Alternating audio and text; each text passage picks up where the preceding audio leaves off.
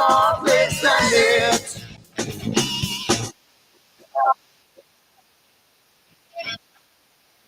Guitar plays planet. Plays planet. Guitar plays planet.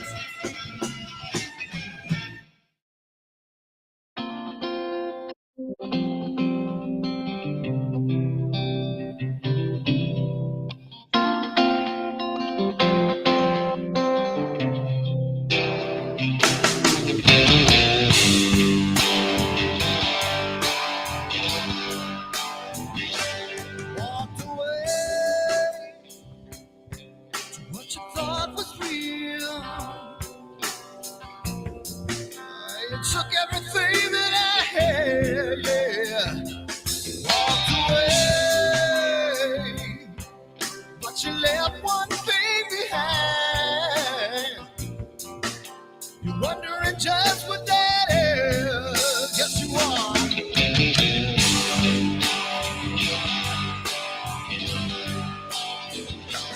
Well, the world stops spinning around, I'll be rocking. When the world comes tumbling down, I'll be there. When the world stops spinning around, I'll be rocking.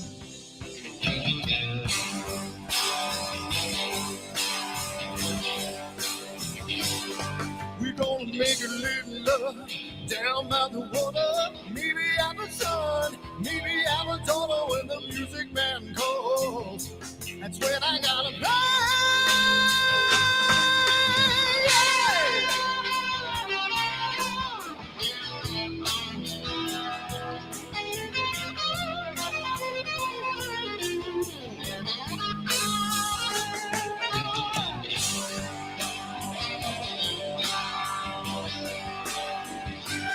So I burn for the things I never had. I'm burning with hate, with love. Spin around, round. 'Cause as a boy I had a dream. Carry it with me today. Yes, I do.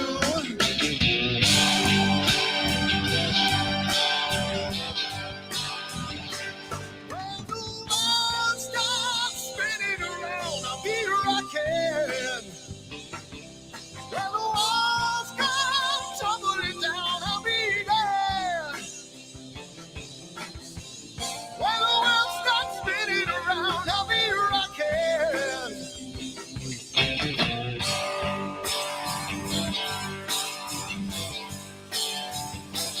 When the world stops spinning around, I'll be rocking.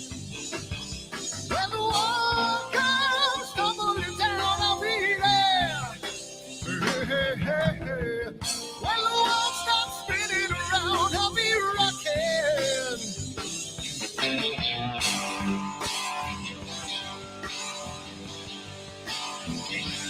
When the world stops spinning around, I'll be rocking.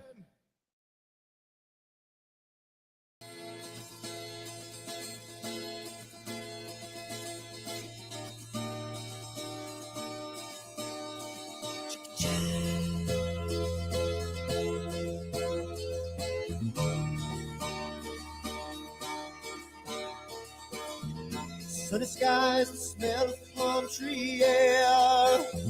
Looking back, I could never feel fair. The way the music has touched my soul, the way that the South holds its control. But I've got a new way to choose. I'm gonna start running back to the lands of the new. Oh, na na na na na na.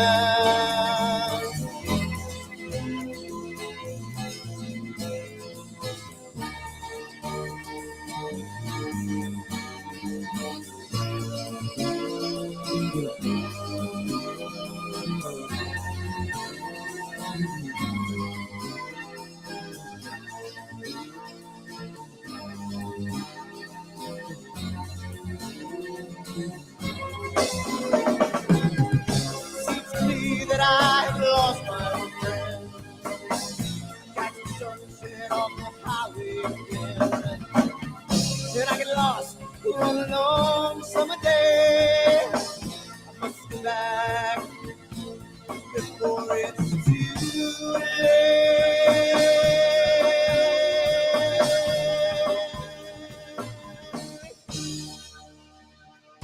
You're afraid, you're feeling alone. Time and space can never unfold. The holidays can ring in your fear. The ghostly embrace can only mean tears. And I've got a new way to choose. I'm gonna start running back for lands with blues. Oh, na na na na na.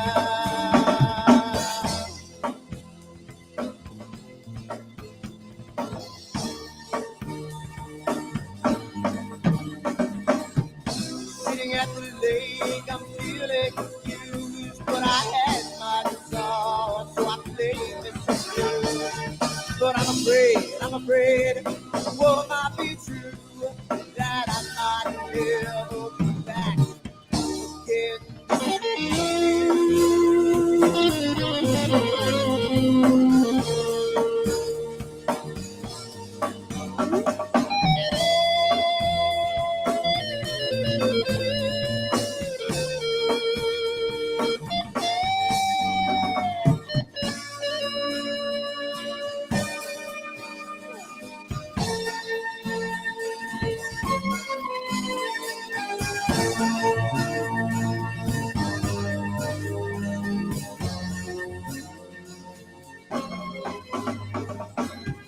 Seems to me that I have lost my friend.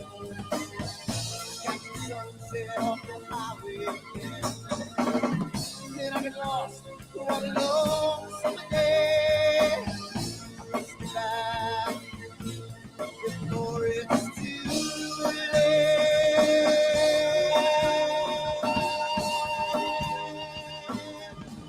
Before it's too late.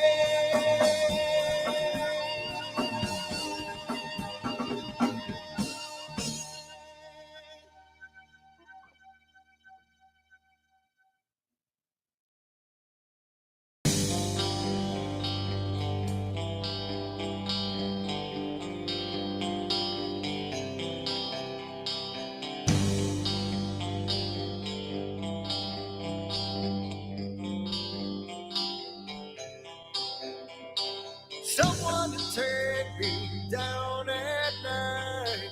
Someone to make my day. New revelation fills my soul. Oh, I can waste away. You distracting my attention. You're all that's on my mind. You not looking for perfection, but you're too hard to find. Now the first night is coming, and I know what to do. Feel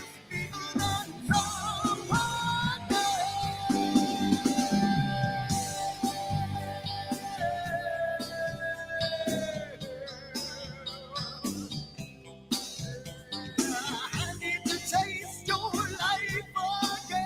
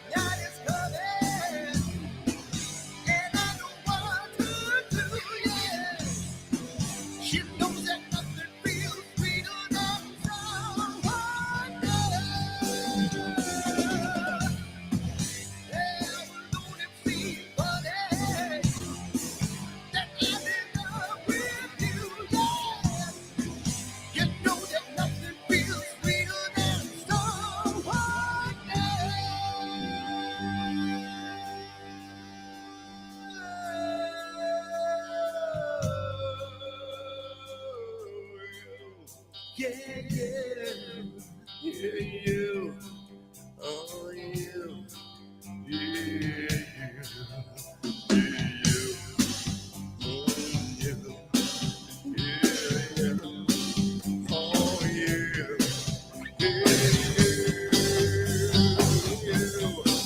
Yeah,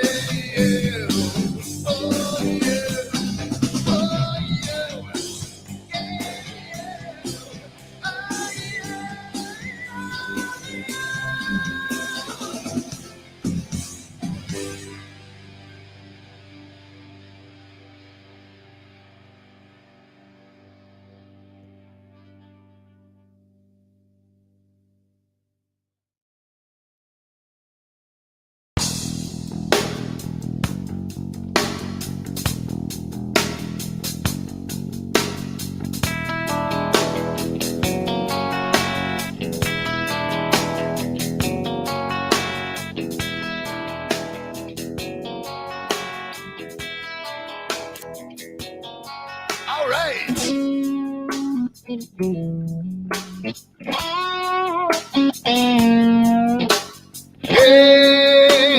Hey, yeah, yeah.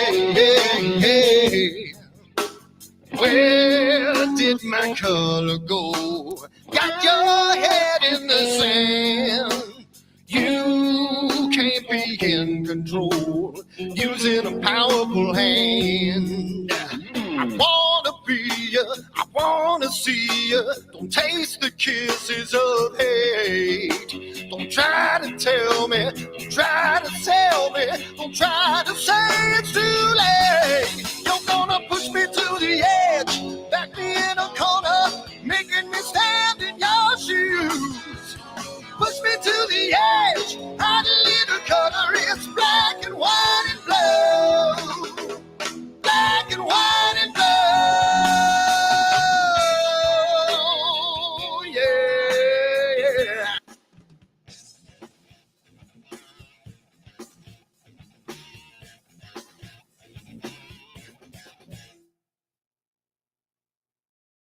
Hey, how's it going? What's going on, people? We are here again on another Friday night. Unfortunately, next this Wednesday coming up, we're going dark because I will be in Chicago for work-related stuff. Hopefully, I think we're gonna have dinner with Eric on Monday instead of Wednesday. And people are already getting on you, Scott. I mean, people are, it didn't take too far to drop here, you know.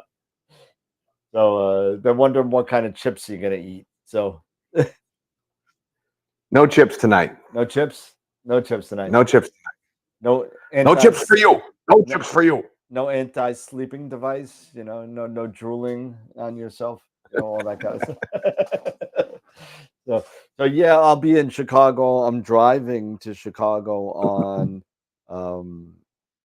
Sunday to be there for a conference Monday, Tuesday, drive half the way back on Wednesday, drive the rest of the half Thursday to be home for the Islander opening night on Thursday night. So I'm gonna be a mess. So yeah, I'm gonna be a complete mess. And the funny thing is that I got a pregnant girl driving with me. So that's gonna be fun. So that's gonna be interesting. Yeah, not my wife. You know, it was another work, and it's not mine. Let's get that out to Scott's head because Scott's already thinking I'm escaping the country with some sort of illegal alien pregnant girl that I got pregnant. Yeah, there's some things that you should just not. They don't need to go live. So no, it's a work thing. You know, not the pregnancy, but it's a work thing. I'm just waiting for the chat. I'm just waiting for the chat. I'm just gonna just shut up right now because it's been a long day.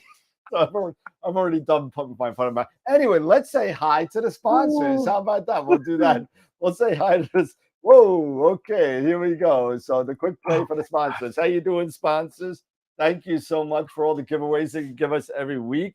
Woodland Hills Camera and Telescopes. Thank you so much. Let me get the ticker off here. Where's the ticker? Anyway, Woodland Hills Camera and Telescopes. Thank you so much for the gift certificates that we get, and for just so everybody knows, the gift certificates come in December and November. Actually, December we're going to do both of them. We're going to be giving away two $250 gift certificates to Woodland Hills, and it's going to be really interesting. Somebody's going to have a really Merry Christmas here. So, what happened to next? Oh, last slide. No, next slide. There we go. Red Giant level. Thank you to Prima Luce and the donation of the Eagle that we gave away in July. Camera Concepts gives us gift certificates to give away, and Optalong we have. We're coming up on the giveaway for the next Optalong, and I think it's the LRGB 2-inch set. So that's going to be a lot of fun. And followed by our Thanksgiving giveaway of the SHO set at 3 nanometer, which is really, really a nice thing. So, and tonight we're giving away a free Masters of Pixinsight Workshop class.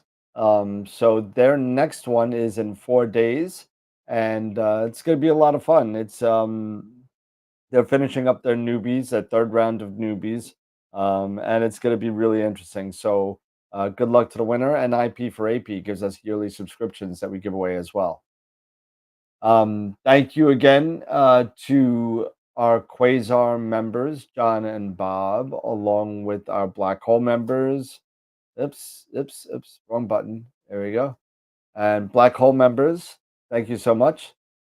And our Red Giant members. Oh, geez. You know what? At least nobody's watching. What is it? House of Dragons. What a disappointment. That was just horrible. Anyway, main sequence members. And if you would like to become a member sponsor and help us make better videos and donate to the show, please join our Patreon membership at AstroWorldTV.com. So, White Dwarf members, we don't have any anymore because they all upgraded. And our 2 Protostar members, Kieran and Greg. On November 9th, we have Dr. Christian Sass from iTelescope going to come down and hang out with us. He's going to be giving us a breakdown of his workflow on APP. So it's going to be pretty cool to see that. Michael Ritchie, last slide, Michael Ritchie from the Lima Astronomical Society, who I've been talking with a lot, is coming on the show to show the observatory, to show what they do, and to show the stuff that they lost and the stuff that they do for outreach. And we're going to be doing a fundraiser that night. So everybody come with cash. Everybody come with money because it's a fundraiser. So, and it all goes to the LAS. So it's going to be a lot of fun for that. So, and if anybody wants to donate before that, you could go to the website, and the first giveaway right now is the LAS fundraiser. So you can donate on PayPal and just put LAS donation, and I'll make sure it gets to them. On November 23rd, no, you're not allowed to watch Explore at the same time. No, you can't do that. That's illegal. Scott, get off the air, Scott. You're hogging up my airtime, Scott. Just kidding. But anyway, November 23rd, we have our Thanksgiving special. We have Dr. Sass, Dr. Wimpy, and Charles Bracken on the show, and that's going to be a wonderful Thanksgiving special. We're going to have all 3 of them. They've all worked together, and it's really, really cool, and they'll all be talking about their own stuff. So it's going to be a good night.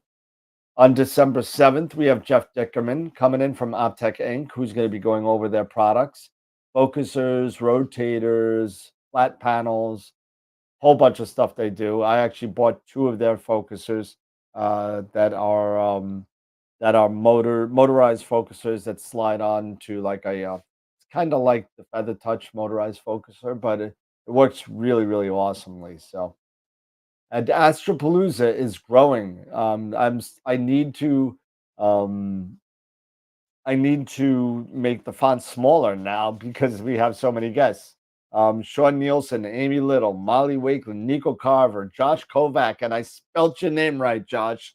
Ernie Jacobs doing Cyril, all three of the Masters of Pixinsight, and Dr. Sass from my telescope, all coming on to join us, whether virtually or live in the live panel. It's going to be interesting.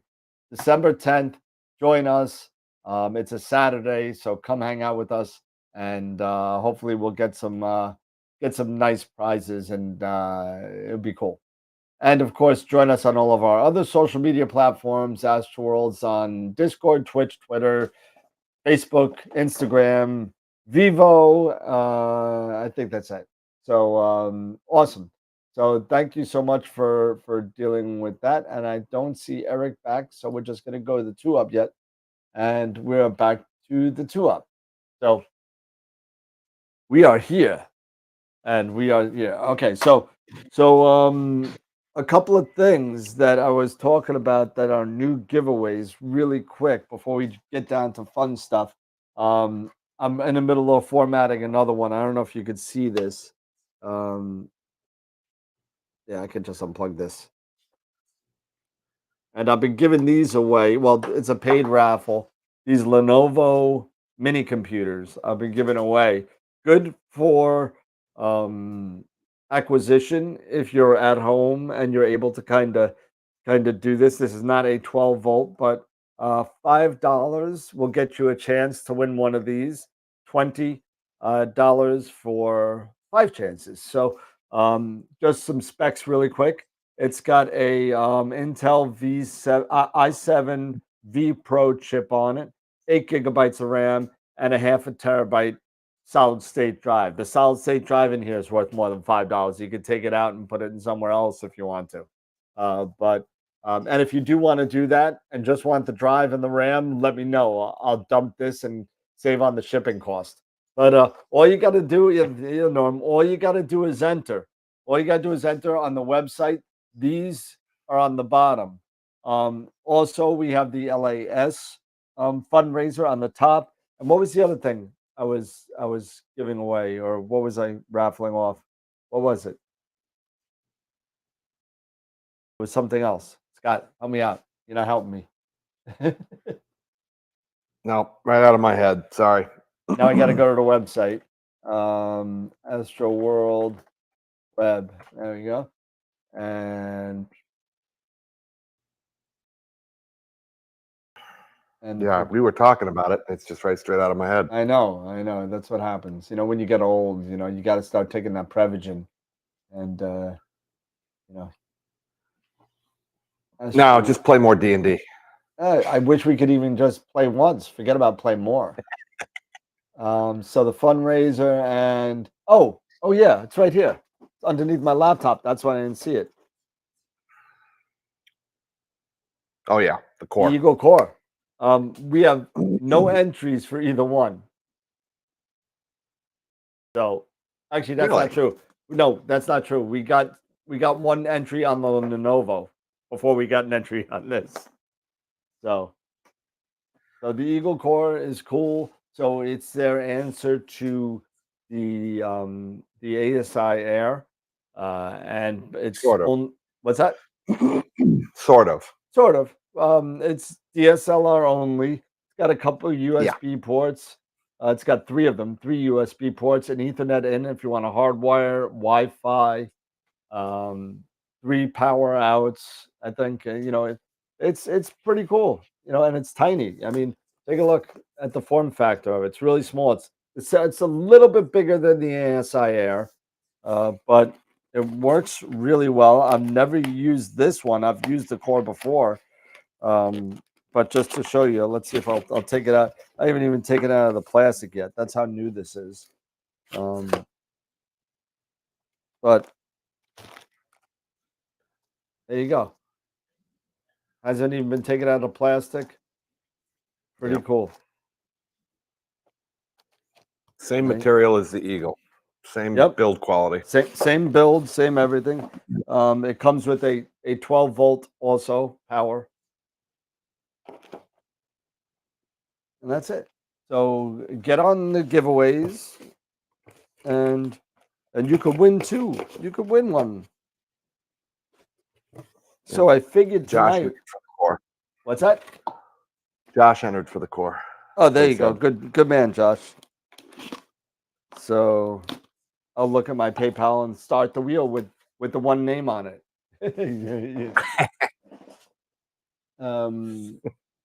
Let's see who will win. Yeah, so here we go. So let me show this real quick. This is what I was working on before the storm clouds come in. Me and Scott were talking about this, and this is what I was working on. So for those of you that follow the channel, you know that I've been dealing with a client that this is his scope, and I've been putting it together. I finally got what I've been waiting on, and what I've been waiting on is this spacer right here, and that is a precise parts adapter for the Asato and the ODK. That's the ODK 10. They call it's from Orion Optics UK. Not one of my favorite manufacturers, but that's what he had. He's got the Asato on it, another spacer, the Ascar M54 filter draw, and the camera. And I literally just calibrated the Asato tonight, right before the clouds come in. And these are these are storm clouds in the background that just tend to come in. And although it was against my recommendation, he's got a guide scope on here. This is a 1700 millimeter focal length scope with a 60 millimeter guide. With a 60 millimeter Prima Luce guide scope at about 250 millimeters of focal length. Yeah. So for those of you that have been watching the show, and we talk about this quite a bit, is the matching and where is the break point of going from guide scope to off-axis guider, which would be here. Yeah. And to me, I would say about 1200. I would even go a little bit lower. I say just make it even. 1,000 millimeters change. You know, 1200 is good too. I know people that have been doing 1200 with like maybe like a 152 with a guide scope. That it's feasible. You could do it. But once you get over, definitely over 1200, like Scott said, if not over 1,000, start considering moving to an off-axis guider. And Scott, since you are the one that has a very nice one, why don't you talk about what you have and why you moved over to not only one with a bigger prism, but which one you have and why you moved over. Yeah, the biggest problem was that the scope, the length, the focal length on the 14 is just ridiculous. There's just no way you can guide with a 14 with a 60 millimeter guide scope. That's just not going to work. No way. But now it will work with the Rasa, and it will not Rasa, with the Hyperstar and the Rasa too. It's basically the same type of focal length because they're kissing cousins, So, but I also use the guide scope for, sharp cap, the MOAG. I started with the ZWO OAG, which had I think it was an 8 millimeter prism. It was an 8, if I remember correctly. You're right. Yeah, and I was struggling, to say the least, to get guide stars. It just, at that focal length, even with the 0.7 reducer, which takes it from 3910 down to 2737. Mm-hmm. Right? That amount of reduction, you just could not capture guide stars at that focal length. It's just I was lucky to get one, and it just wasn't working. And so I got in talking with Pete, and Pete turned me on to a couple of. Then this was before Celestron came out with their big one, the 12. And ZWO, I think, came out with a 12 too. But the one that Pete, so there's the 12 with Celestron. There's the 12. Celestron has a 12. Yeah, there's a 12 with sorry. There's a 12 with Astrodon. I can't even speak right today. The MOAG. Yeah, the MOAG. And then there's a 12.5 with the Sagitta. That's another one. So those are the three big guys on the block. What was that? ZWO is still small. There is a 12 in the L, but it's only made for certain cameras. The 6200, Right. the full frame cameras.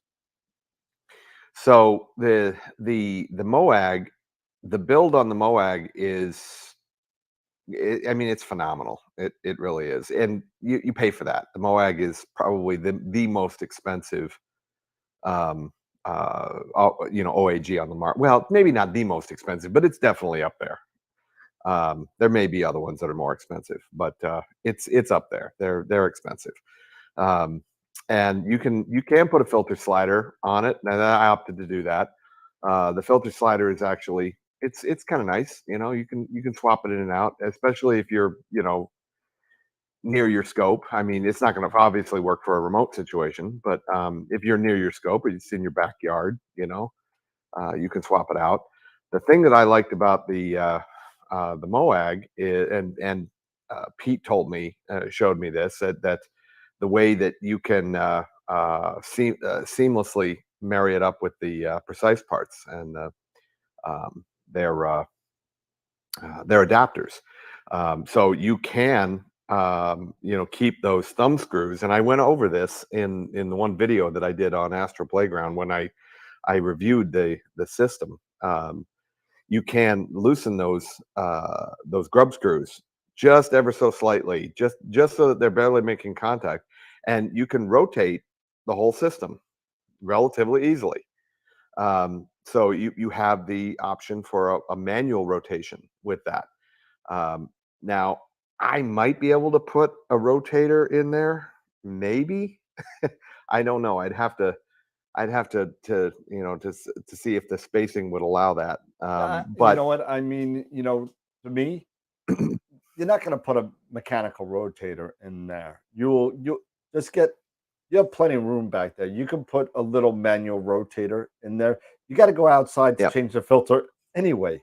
So you may as well change the rotation too. So they're asking which mount you have. The mount is it's the Rainbow, the 300 RST. Yeah. I got another gentleman that's ready to buy that as well. So that's going to be a lot of fun. They might have been talking to Norm. I'm not 100% sure, but I thought it was a question for you. But yeah. So we got some people out there that are talking that they've used a 60mm guide scope for a Norm, for a 12-inch Schmidt. Yep. And hey, listen, if it works, it works, because that rule of, and it really hasn't been proven yet, because the seeing differs from place to place. So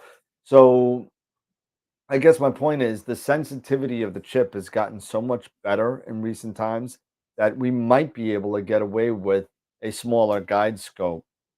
Whereas, that 1-to-1 ratio of guide to imaging, the closer you get, you might be able to spread that gap a little bit further because of the sensitivity of the chips these days. And that's possible.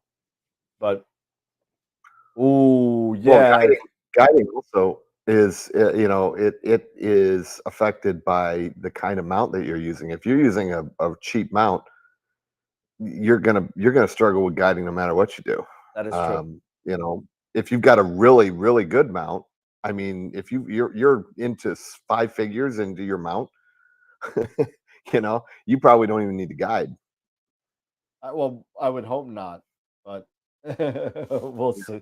You know, however, Dave, it's funny that you mentioned Innovations Foresight, but we had we had Innovations Foresight on the show, giving us a demonstration of the on-axis guider. I got his name. I did forget his name. Yeah, I'm gonna have to look it up real yeah. quick. But It was a fascinating, presentation, but definitely, in the geek realm. oh, he's definitely in the You know, engineering realm. Absolutely. engineering and Um, serious, Starquake geek realm. I mean, yeah, I'm sure that he was losing, people that are like they don't even know how to guide with their regular mount. And he's talking about stuff that is like Star yeah, Trek level. the You know, IR splitter and everything and all that. yeah, I mean, it was Um, crazy. but you know Um, what? It's a really interesting concept. oh yeah, I think it's quite expensive for a guider. Um, I'm looking at his name right now. Let's see, AstroWorld guest stars, Innovations Foresight. Where are you? Bob Denny, no. Charles Bracken, David Geeson, Dr. Gaston Bordeaux. yeah, Yeah, that was him. So and Frenchman. yeah, and you know, it looked awesome. I mean, it looked great. It was quite expensive. I forget the exact price on it. But It was ridiculous. it's really made for permanent setups with long focal length, like Dave said. So you're talking, you Yep, know, C14 or bigger, or bigger. CDK20, you know, Yeah, half meter stuff. I mean, they're really good for long focal lengths, but you know, and I'm assuming that if you have the money to spend on that type of ring, you'll have the money to spend on an OAG, on ONAG. Sorry, ONAG. But yep, hey, you know, it's a great thing. If you want some information on the on-axis guider, feel free to go back on our YouTube channel and see Dr. Gaston's Innovations Foresight demonstration of the on-axis guider, and he does a really good technical demonstration uh, of it. So you know, take a look at it. Take her back up. yeah, yeah, yeah. Trek is asking focal length question mark. Yeah, Yeah, so I'm again, talking long focal 3,000 plus. length, yeah, I would say over 2,500 or more. You Yep. know, over 2,500, consider using the ONAG. Um, yeah, you know, Dave, you need to really look at the other show that we had on, Bob Denny, who's going to be coming back on the show. He is a constant talker about the death of guiding and why do we even bother doing it anymore? Why isn't everybody just taking 20-second shots and just stacking them because of the sensitivity of the chips? And if that new Sony chip ever comes out, which is supposed to increase the quantum efficiency like the super levels, and the dynamic range is supposed to go through the roof on it with super low read noise. It's going to be an Yep. interesting time for astrophotography if it ever gets to the astro cameras, because right now, you know, right now it's not there yet. But and I saw Eric just popped on. He just must got done eating dinner. So let's get him in a mix. And layers and Yeah, Norm, that would probably push. That it would push it out of the realm for just about everybody except for professional astronomers. yeah, yeah. So what so the whole thing with that. Oh, Hey, Eric, hello, Eric, hello. do you have green eyes, Eric? No, You do? no, they just Oh, sparkle like that. They're multifaceted. it's so sparkly. Oh, Yeah, they're so what is that sparkly. stink? Oh, it's getting deep in here. That's what it is. That's But if anybody thinks that was Dom DeLuise playing the bird in The Secret of Nim. So just so we know that wasn't anything. Oh, that's a great movie. If you've never seen it, a really good movie. Just give me the sparkly. Just give it to me. Hey, everybody. It's Happy Friday. sparkly. Happy Friday. Happy Friday. Hey, so Eric, we're talking about, again, something that came up regarding when do you make the jump from guide scope to off axis? And that's something that we've been talking about. We've been knocking around some numbers. What do you think? When would you, at what focal length would you could start to consider making the jump to off axis? What's my FLT 91? 540? There you go. 500. Okay. You know, actually, because no, I actually use the smaller OAG on the FLT 91 because I've actually because of flexure. I don't want. I've also had some issues with flexure in the past, so I've gone to my OA. I've put that on. So yeah, that's probably. I mean, but realistically, I would say because I also when I had my Zenith Star 126, I was using the OAG, and that was at 970. Okay. So I would say around the realistically maybe around the 900 range. Yeah, I said 900 1,000 millimeter. and I said 1,000 and Scott said 1,200. So about the 1,000, I would say. You know, Eric uses the 5, at 500, I believe, and correct me if I'm wrong, Eric, because you like it. You like using it. I like it, and it's easier for me with the refractor. It's easier for the balancing because sometimes it can get there's nothing sitting on the top of that scope that I'm fighting with, anything like that. So yeah, it's reasons like that I have gone with the OAG. So like for example here, let me share my screen here. And let me go here, toggle screen sharing.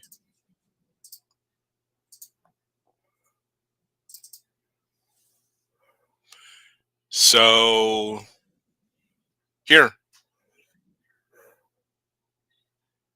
Yeah, I don't know if you guys can see this or not. Yep. So there's my guiding. And that's the OAG is phenomenal. Yeah, and let's just talk a little bit about that because it gives you an idea. The closer you get to that 1-to-1 ratio, which is you're guiding at the same focal length as your imaging scope, the closer you're going to be getting to that 1-to-1, the easier, the less corrections, and the way that you're going to make those corrections a lot faster and get lower guiding numbers. Now, with my situation in New York, because I'm running at 1 second. I'm going at 1 second with my OAG. You're going with you're not going 1 second. You're going with 0.1 seconds, right? No. My exposure. You're 1 second exposure. Okay. Yeah. So once you get down as closer to that 1-to-1, you're gonna get more accurate guiding. But now listen, some people don't need that 0.1, 0.2 guiding like myself. I don't need that. It doesn't help me to guide better than that, than probably like 0.8. Anything under 0.8, because my seeing is garbage. If I'm at 0.8, I'm okay. And again, just look at the stars. That's what you really want to do. You just want to look at the stars and see what you can get away with. My skies on Long Island are some of the worst in the world.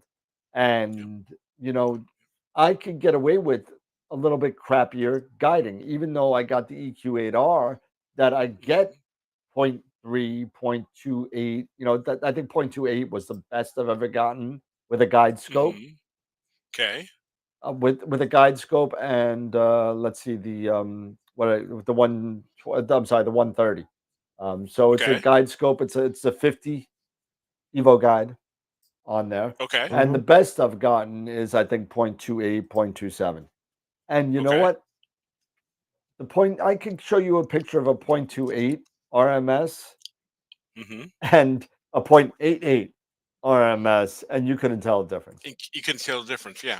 Couldn't tell the difference. Yeah, I know. I'm chasing the numbers on this and stuff. No, when I was showing that, but it's but it cool depends to to have low you. numbers. It's Yeah, it is. cool. It's It's good because it's cool. it's nice and steady. Everything is Absolutely. steady. You You get got the steady you get the skies, and flat everything is all line. good. My It's good. buddy Mark, who's in outside of the suburbs of Virginia, was shooting 0.17 some of the on the EQ6R and a guide scope, and awesome. I mean, it's like, where did that come from? I said a lot of it has to do with the seeing. Of course, I lied to him. I said, you're probably guiding on a hot pixel. So he's like, nah, man, it was a star. I was like, yeah, okay, no problem. But yeah, so it's definitely New York is tough. Chicago is not easy. No, Chicago's not easy, and I'm kind of glad I'm not in the heart of the city. Like Yeah, there, it'd be because worse. it's even worse because I'd be like at a Bordeaux 8, Bordeaux 9. Yeah. There in the heart of the city. Um, so it's a lot more difficult. So guiding, as long to your point, Dan, as long as you have nice tight round stars, Absolutely. that's the name of the game. That's the main thing. So as long as that you have that, who cares about everything else? As long as you are getting good data, and you're not all over the place. So Yeah. now, Tarek was asking, so with an OAG, do I use a regular guide camera or to use the mini version? I actually use the mini, I use a regular. and so It really depends Mini. on your setup. it really depends. It depends on your setup. I Yeah. mean, so I have 3 minis. Right now on the FLT91, I've got the 120 mini on there. For my Rasa, I'm using that one doesn't have 290. the OAG, of course. So I'm using the 290 on that one, and on this Schmidt, on the Edge, I'm using the 174.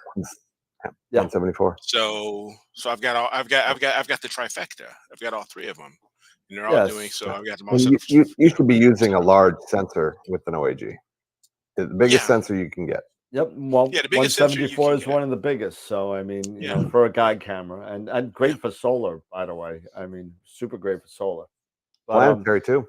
But like, it all really depends on your system. Just remember, if you're using one of these hockey puck, this is a regular 290 MC. Mhm. If you're using one of these hockey pucks, the only thing you have is about an inch of that nose piece that you get to Mhm. screw on there to get that. Now, if you're using an OAG, you may need a little bit more back focus to get into focus. So Mhm. that 1.25 inch barrel that the Mini has allows you to move the actual Move it. camera up and down to get that Yeah. focus, as good as you want it. Now, there's a And lot of consider people. getting a helical focuser too. Oh yeah, absolutely, Consider getting a helical focuser for it. absolutely. So get one. Um, Either buy if you have a ZWO, buy the extra helical focuser that's separate, or get an OAG with a helical focuser. yeah, Makes it a little bit you're easier right. on yourself. Correct. The QHY5, that they do have a mini design. I actually just used one. As a matter of fact, I'll show it to you. So here is again, of course, I'm doing a project and clouds come in, but this is the project that I've been working on. And I know we spoke a little bit on the show about it. And this is the client that I've been dealing with the ODK10, the OOUK. And there's the QHY5 right there, right in there. Again, like Eric Yep. said, nice helical focuser here. This is again 1700 millimeter scope, 60 millimeter guide scope, so less than an 8-inch Schmidt, less than an 8-inch Schmidt. But this is, this is yet to be proven for me. I've used an 80 with an 8-inch Schmidt and got really good results. So that put me at about 300 millimeters. So that was like, what is that, 1/7, 7-1. Yeah. Here's now here's my dilemma with the OAG and my rigs, and every once in a while I come across this issue. Well, actually I don't. It's not every once in a while. I'm still coming across the issue. I'm trying to find this sweet spot for my focus with my monochrome setup, because when I'm switching between LRGB and narrowband on the same target, my focus shifts, right? So when that focus shifts from the EAF, or for that autofocus changes, my OAG focus can change. So right now I'm also working on trying to figure out all of my filter offsets so I can understand the high, the high and the low focus filters that have the highest and the lowest filter EAF setting as far as step sizes. So I can try to figure out, maybe between those, the high one and the highest and the lowest, maybe I can focus somewhere in the middle and then get my OAG and focus there at that midpoint. So that way, when I'm going between filters, I'm not completely getting out of focus, by switching the filters, or when my filters are moving.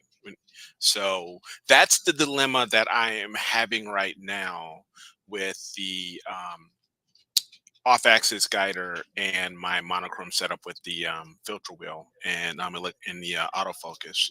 So, do you have that problem, Dan? No. Well, like, I don't use an off-axis guider, so Okay. that's But when I did, because I did with the S Big camera. Now, where in your image train is your off-axis guider?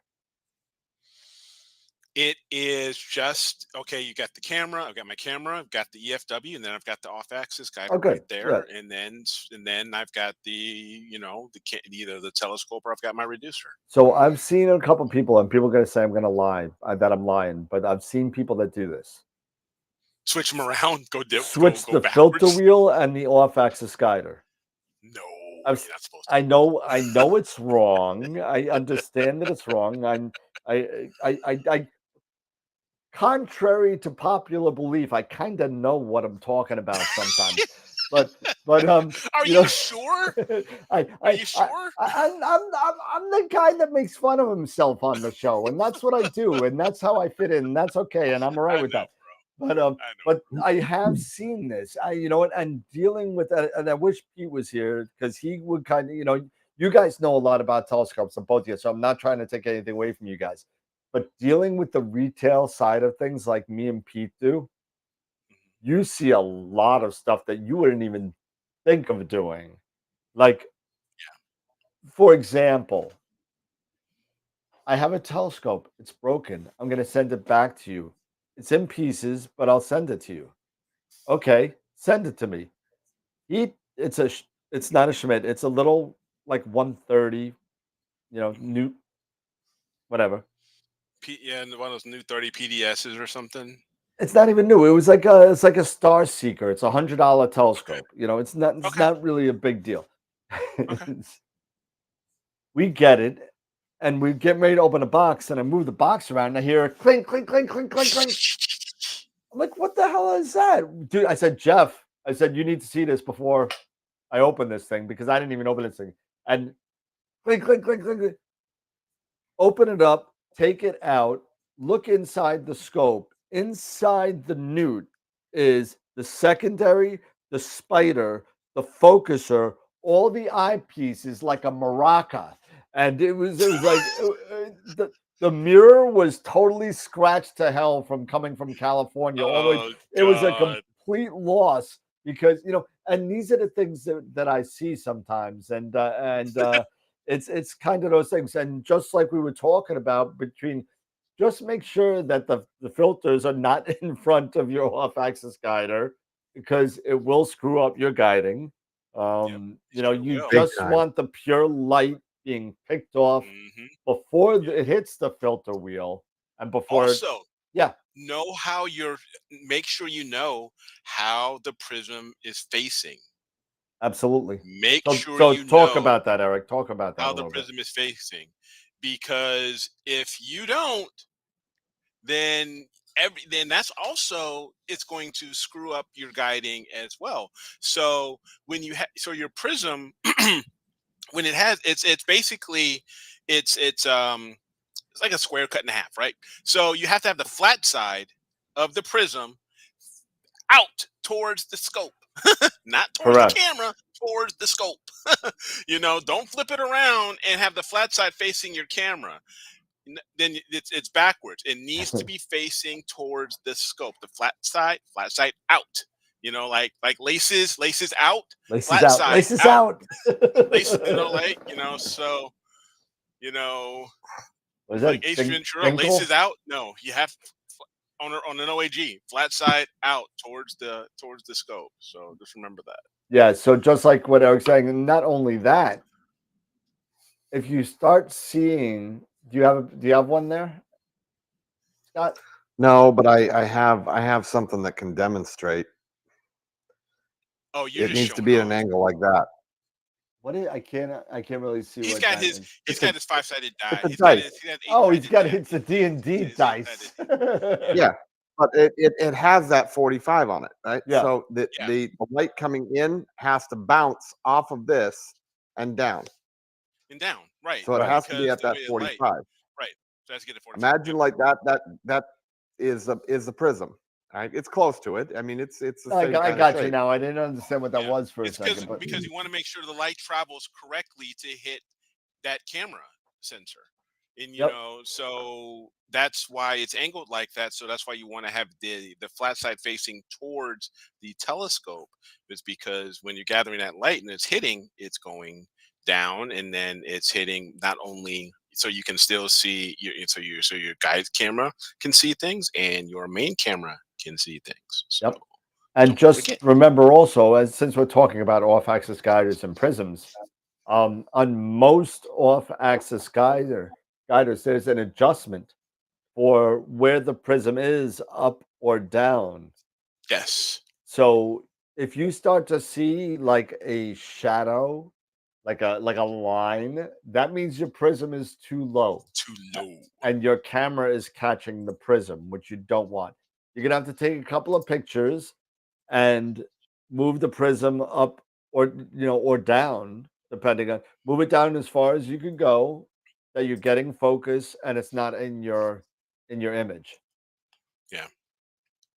When you're looking at the chip, the bottom part of the prism should equal the top part of the chip for the most part.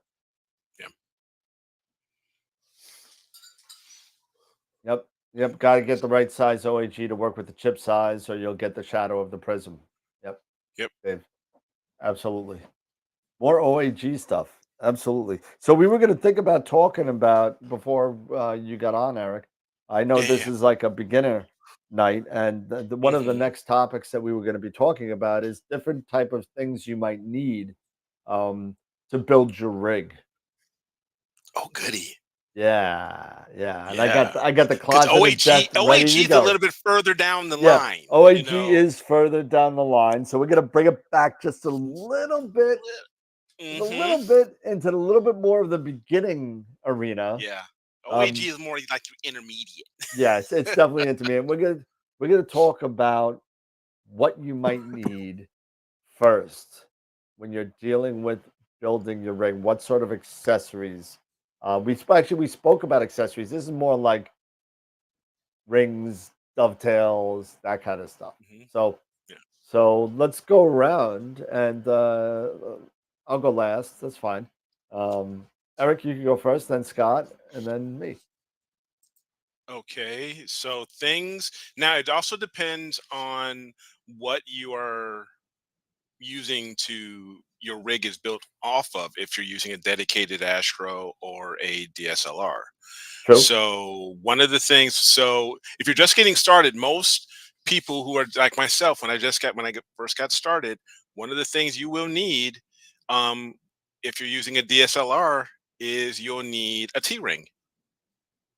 You know, you will need a T-ring, because what that does is the T-ring is what goes into your camera body and then allows you to mount that DSLR onto your telescope.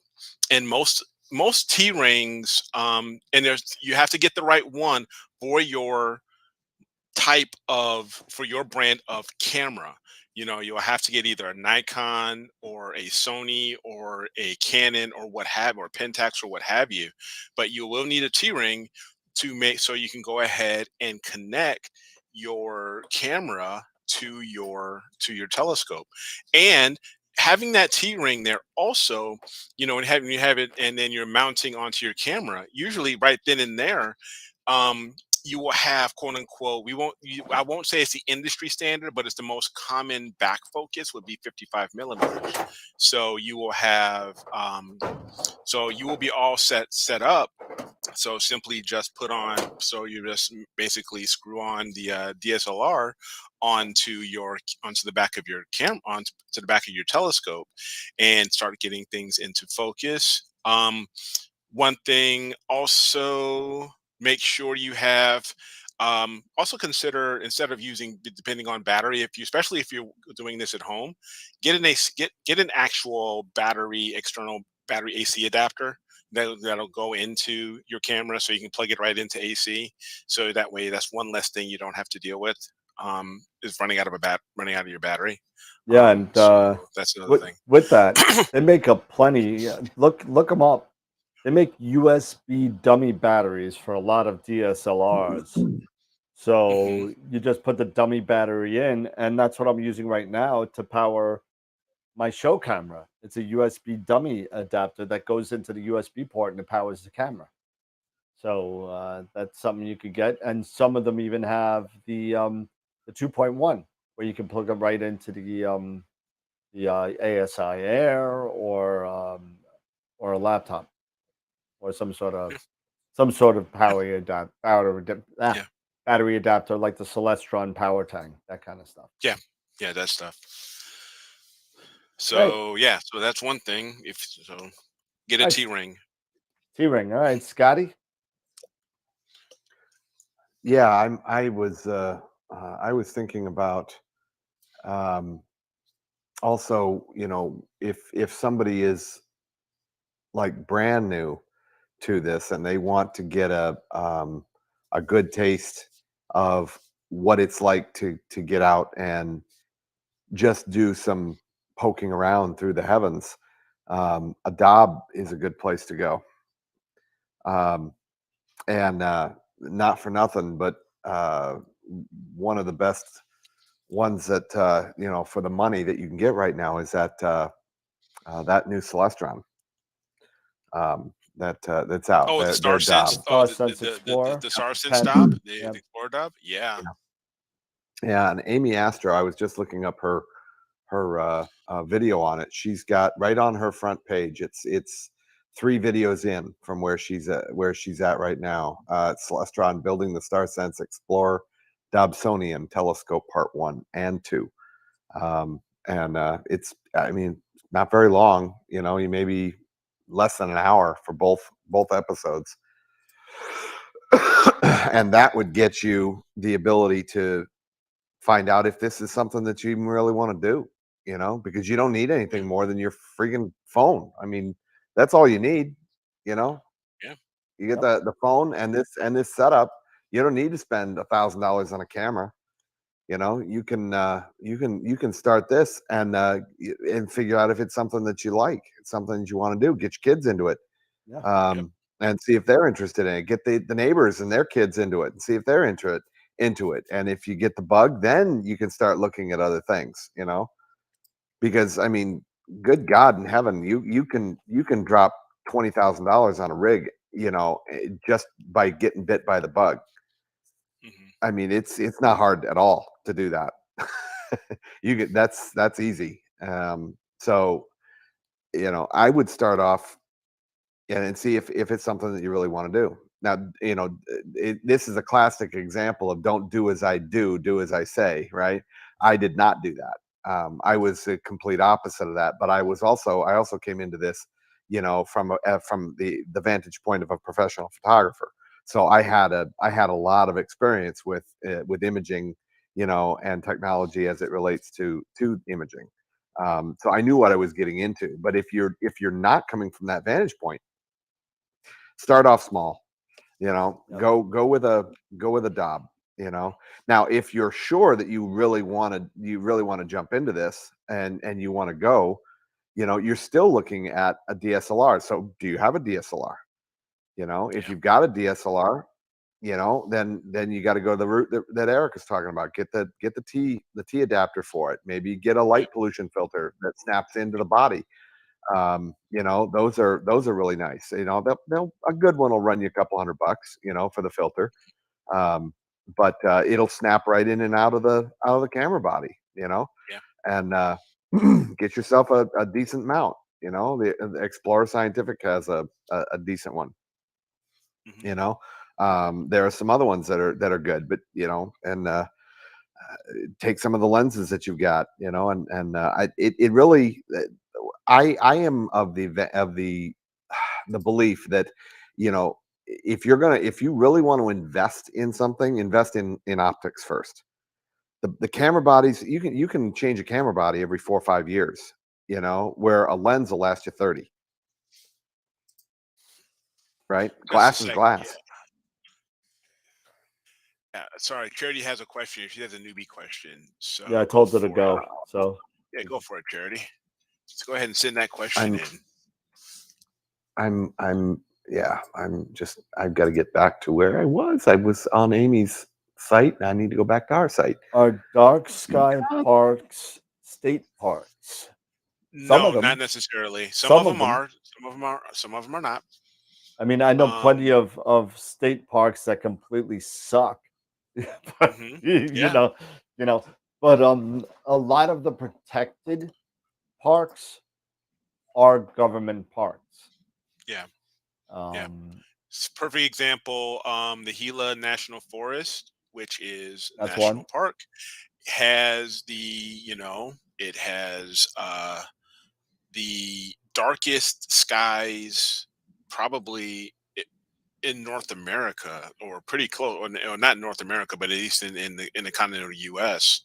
And you have, you know, the Cosmic Campground right there, and you can literally see the Milky Way. You can actually, with your naked eye, you can actually see the arms of the Milky Way with your naked eye, you know, from that site. It's absolutely incredible. But no, they're mostly protected areas. Most, you know, your dark sky sites are usually protected sites, but they're either federal, or state parks. Yeah. So I mean, there are plenty of wonderful. Unfortunately, not many of them are on the east. Most of them are either are actually west of the Mississippi. Yes. But you know, the number Big one, Five. the number one dark area in the United States, at least the continental, is Big Bend. And that's I would love to go there. Is I that know in Texas? Yeah, Is it's that in Texas. Yeah. And then followed by a couple other ones. I know Death Valley is in there. Death Valley. They're in the top 10. You know, Jackson Hole, another one. So there's a couple of them out there, and all of those are international dark sky protected parks. So it's really interesting. You know, I mean, unfortunately in New York, there's you can't protect anything. But but, you know, unless if you're in the was it the Adirondacks or whatever it is up there? Adirondacks. Yeah. High So, peaks, actually, specifically high peaks. high peaks, yeah. So unless if you're up there, anywhere south of, let's say, uh, Syracuse is not protected. Yeah, Norm, I totally agree. Carlsbad, New Mexico, those Carlsbad. caverns, that's Yep. Portal One big time as well. New Mexico, those parts of New Mexico, because New Mexico, they consider their dark skies a tourist attraction. They Yeah. consider it like one of their natural resources, and they even have passed state laws um, to protect their skies because they know how important it is to their tourism. Um, so yeah, New Mexico, which is why the reason I always talk about me going to New Mexico and stuff like that, and wanting to retire there, is because it's one of the spots where you can have some of the best skies in the country. Yeah. So, but yeah, also Texas, there's a lot of good spots in Texas that there's absolutely Yep. like no one out there, Yep. and It's a you can big get state, man. There's a lot of empty there's space. a lot of empty space out Yeah. there. Yep. So it's a good spot as well, for sure. Yeah. And what was this? So Scott had the Yeah, blame Dobsonian. it on Saul. Yep, that's it, Dave. And hey, you know what? I can't get past season 1 of that. I can't. I tried 3 times, You but tried 3 times. I tried 3 I times. haven't really watched it, but I know Saul Goodman because I have seen Breaking Bad. So Breaking Bad was completely awesome. yeah, Loved it. Never got into it. But anyway, one thing that I always bring up, and whenever we have these types of conversations, everybody usually picks pieces of what to do when you need to get things as far as, what to get first when you get a telescope. And I'm like one of those people. If you've watched the show, I am the guy that didn't take flats for like the first 5 years of doing astrophotography because I didn't think they were worth it. Obviously, I was quite wrong in my thinking. Um, so it took me a long while to get this, but I don't know how I got away so long with not having one of my own. And this is a must for any astrophotographer. yep, This is a must. This and Scott, I don't know where you have it anymore. It used to be in your basement, but the manual caliper that you had from like 1937, that thing, yeah. But this is a digital caliper, and it measures in millimeters and inches. You will use mostly millimeters. Eric I got has two. I have one. I have another one upstairs. But yeah, you need these when you're measuring back focus and stuff, for mostly for back focus. You need this to yes, know that you're at 55 millimeters, or to know you, God forbid, you're dealing with something like I'm dealing with that has a 213 millimeter back focus that I got to calculate out to and figure it out. God forbid you have something like that. So this is something that every astrophotographer needs in their toolbox. Costs like and I would $10. yeah Digital get it caliper. like yeah, and I'll recommend because this is my second one, this one here, the 6 inch, because I started out with this little 3 inch one guy. Yeah, that's You not good enough. don't do that. Go ahead and seriously start out with a 6 inch digital caliper. Don't do like I did and go get a little a 3 inch. That's not going to end up helping Yeah, you. this It this will is six help. It inch will too. help. It will help, but you don't do and end up buying another one. So just go ahead and just do it once and get a 6 inch to start out with there. And that's what you really would need. And if anyone wants to know, 6 inches is 156 millimeters. So there you go. So So that's something that's that a very everybody good point. needs right there. Yes. And Dave, yeah, you're right. You know, 220s put together is never 40. So it's either 39 or 41. It's Mhm. never, it's always off by one or so. It's always off But by one. yep.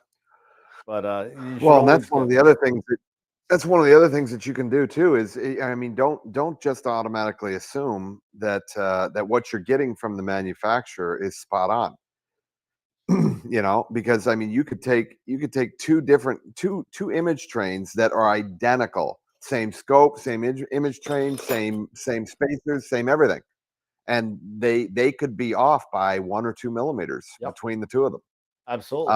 That's why it's important to go to, I think it's OPT that sells, I could be wrong, but the Blue Fireball Yep. spacer kits, Yes. That's you Gina know, Astro. and Yeah, Agena. you can Agena, thank you, Agena. That those things are awesome. Now I don't know if there's probably, I don't know if there's any old school people that are in the chat here, but when I was coming up, we used to do all our own engine work, and small engine, even our cars, we tore them apart, and spark plugs. I can remember going out and helping my dad change spark plugs on his old F350, right? And he would always have a feeler gauge, and that feeler gauge, some of the metal that he was using, I mean, it was like paper, very, very thin. Well, that's kind of like what these spacers are. You can get them in hundredths of a millimeter, where they're very, very, very thin. And so the point is that you can dial in that back focus with those spacers, cherry. I mean, and spot on for your scope.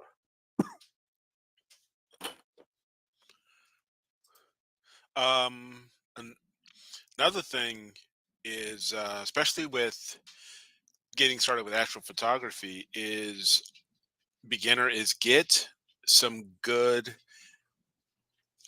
We talked about this a little before with your camera. Get at least one good light pollution filter. You have to get some good light pollution filter, especially. Oh, and definitely know what your border sky is. Learn your learn the light pollution that's in your area. Understand what that reading is. Understand what your sky quality is and your border rating is, because that can also help determine as you go along with the right type of filters that you may want to purchase. Because this brings up a question. I have 3 nanometer filters. Do I really need them with my skies because I'm at a Bortle 5? Now, 3 nanometer would probably be really good. It's probably really good for you exactly in Bortle 9. But They for haven't me, made a Bortle for me yet. yeah, exactly. But for me, could I have could a 5 or even maybe actually a 7 nanometer work for me? Could a 12 work for me? And to answer that question, yeah, I've gotten really good success with both 12 and 7 nanometers, and I just hopped on that 3 nanometer bandwagon and ended up getting 3 nanometers, and they work out fine. But do you really need them? Get equipment that it's going to work for you and your area, so you don't necessarily have to buy excessively, because again, this is a rabbit hole you can go down, and you can start buying everything under the blue moon, Yeah. just because in the newest newest thing, and you may not actually need it.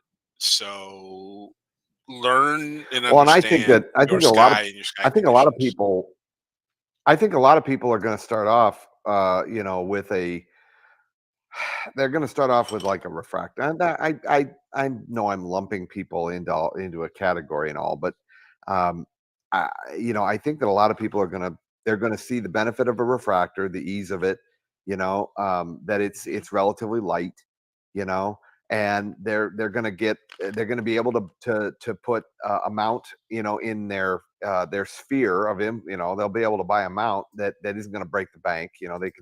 They can get something for $2,000 instead of $8,000, right? Yep. And that will support that refractor and it'll do a pretty good job. But they're also going to probably go one-shot color. I mean, you look at how most people approach this. They want to be able to shoot everything with the least amount of equipment, and you can't do that in this hobby. We've learned that the hard way, right? So, For sure. most people are going to start off with a one-shot color, and I think a great filter pair up for a lot of the one-shot colors out there is that MBZ. Yep. Yes. I agree. That's an absolute phenomenon, and that is a do it. I have a lens in my photography kit. It's a 24-70 Nikon f2.8. That thing's a workhorse. You can use it for just about everything. It's just a freaking workhorse. Well, it's kind of like what the MBZ is. It's kind of a workhorse. It will do the job, and it's a one shot color filter, and that you can just about leave that thing right in your filter. Yeah, you can.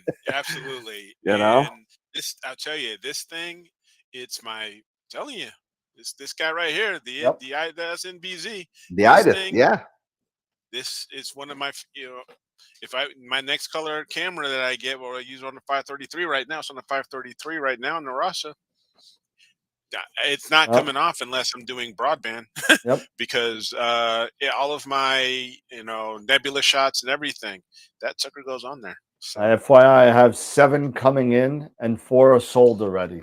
So so those things they sell like hotcakes. Yep, they really do. And the D3s I have coming in as well. The D3s, the LED light pollution one.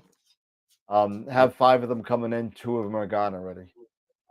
So you get an opportunity to buy one of those. I was lucky that I saw a sale that came through.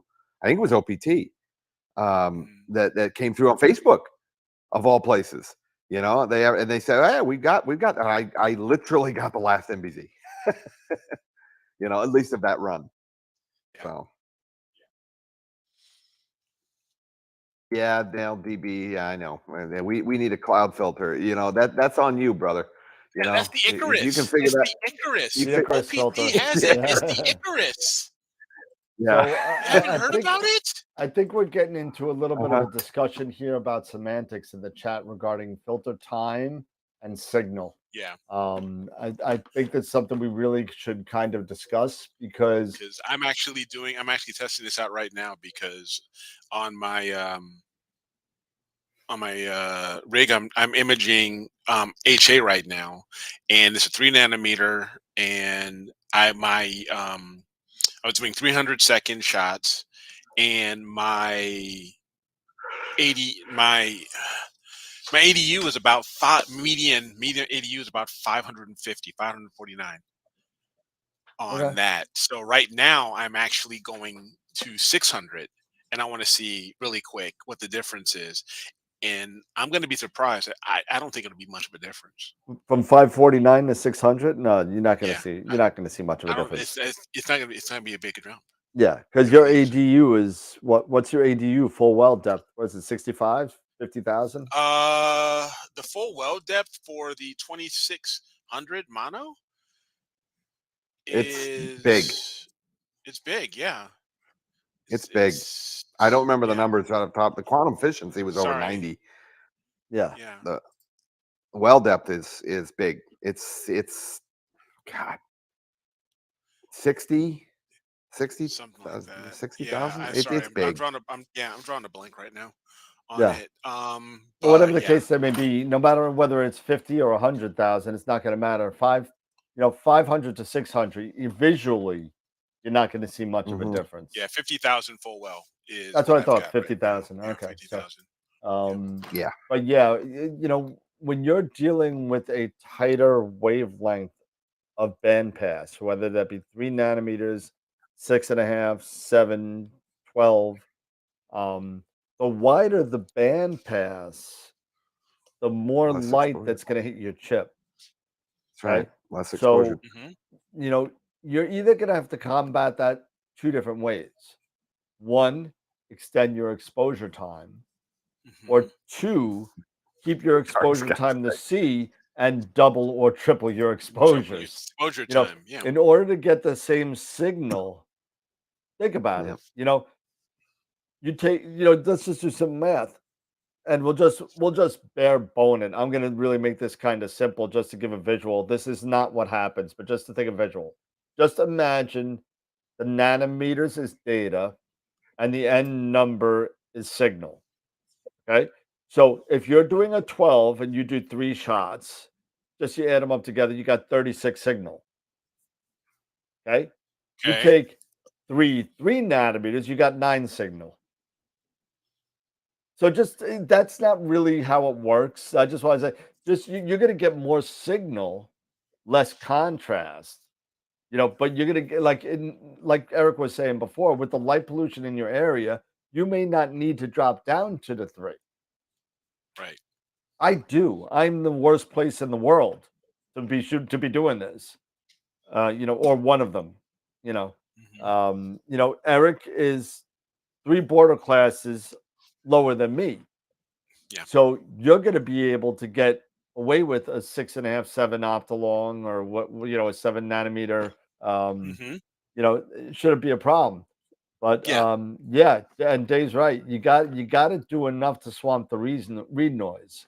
And I know that Dave talks about this a lot to me in the store and everything. He actually gave me a list of the calculations. I have them over here somewhere in my disaster of a desk. But yeah, it's definitely you got to have enough signal to swamp the read noise, and because of the lower band pass, it's just going to take either longer exposure or higher amount of subs in order to combat that. So, Right. at least that's my understanding. So, Yeah. just something else that you may want to think about getting is maybe a set of these. Oh yeah, extensions. Whole bunch of different Absolutely. extensions. Absolutely. You You get them don't need to for go as crazy as this. yeah, and get them for 40 M42, M48. Yeah, get different ones. M42, M48. Keep a couple of these on Yeah, hand too. This is, I know you can't read it. This is an M42 to M48 adapter. adapter. Okay. Keep a Yep, I couple of got one. those. Yeah, I've got one. I probably should have had more, but I'm actually switching everything over to M48. Something that you don't want to buy. Which you don't want to buy. You Don't do don't this. Don't buy this. do not buy these. I use these now in a game of beer peg. And beer peg is kind of a game that I made up. Basically, I put some pegs on a wall and I kind of throw them on the wall, and if you miss, you got a drink. Mhm. Oh Yeah, I can't yeah. see that going badly for you. These guys. Yeah. Hold on. Yeah. These guys, ready? Yeah, no, don't. Yeah, Yeah. the ones that come from ZWO and QHY, the ones that the extra little 1 millimeter or half millimeter spacers or things like that to help out. Get Yeah, use the metal one. Are the get the ones you metal want. ones. Yes, Yeah, get the the metal ones. This Yep. will cut you. Yeah, Yeah, the blue fireball makes a It good set. cut you, man. They make all different kinds. Yep. Yep. These are good. These I got from, like you said, I got these from Blue Fireball. They sell them in a set. They have a set Mhm. of Yep. 10, I think, that goes from 1/10 of a millimeter all the way up to a full millimeter. And then I got a set of 3, one with like a 3, a 5, and a 7 or 8 millimeter.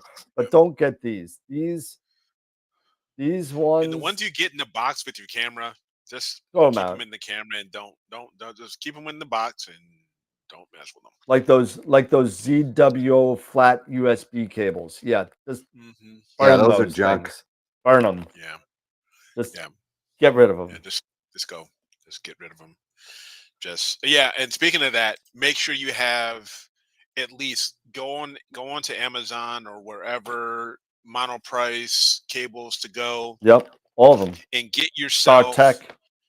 StarTech and get yourself a good few different types of cables, USB, USB 3, USB-C of different lengths, measure out your distances. So maybe you want to try to minimize the amount of,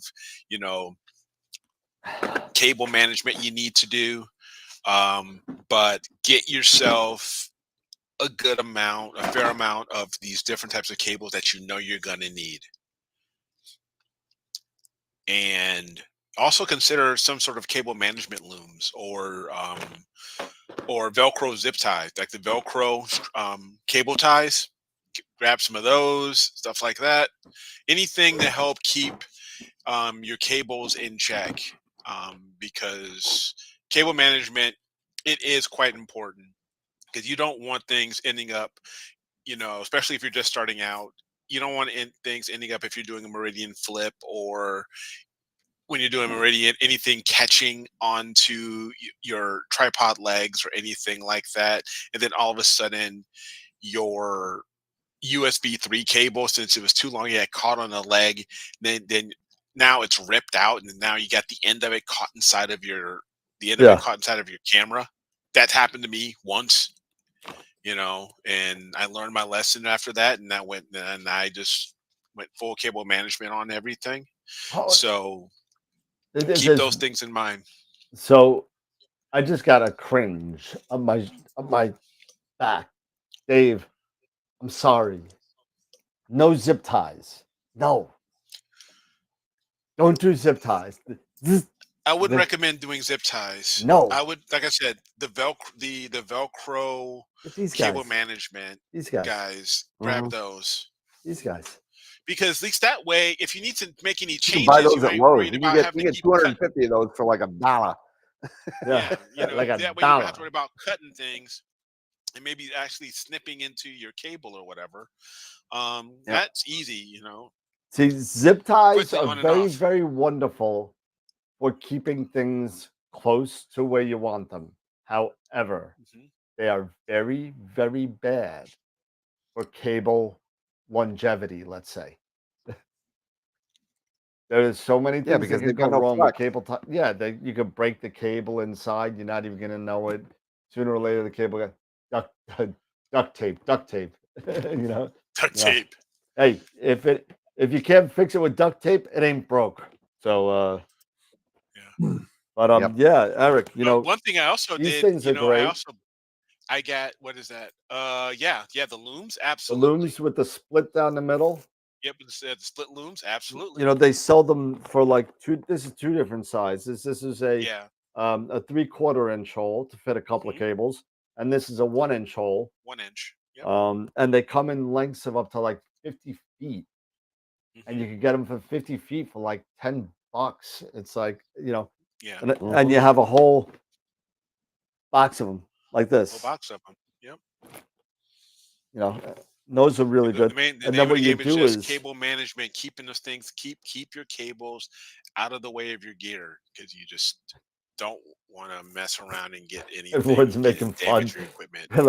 like duct tape, gaffer's tape, ropes, 2-part epoxy. Correct. WD-40 or grease. WD-40. Yeah, 2-part epoxy. I'm just gonna glue my wires to the tube. I'm never gonna take them off again. But what you could do with this, to Eric's point, you can take these little Velcro zip ties, because these things kind of come apart.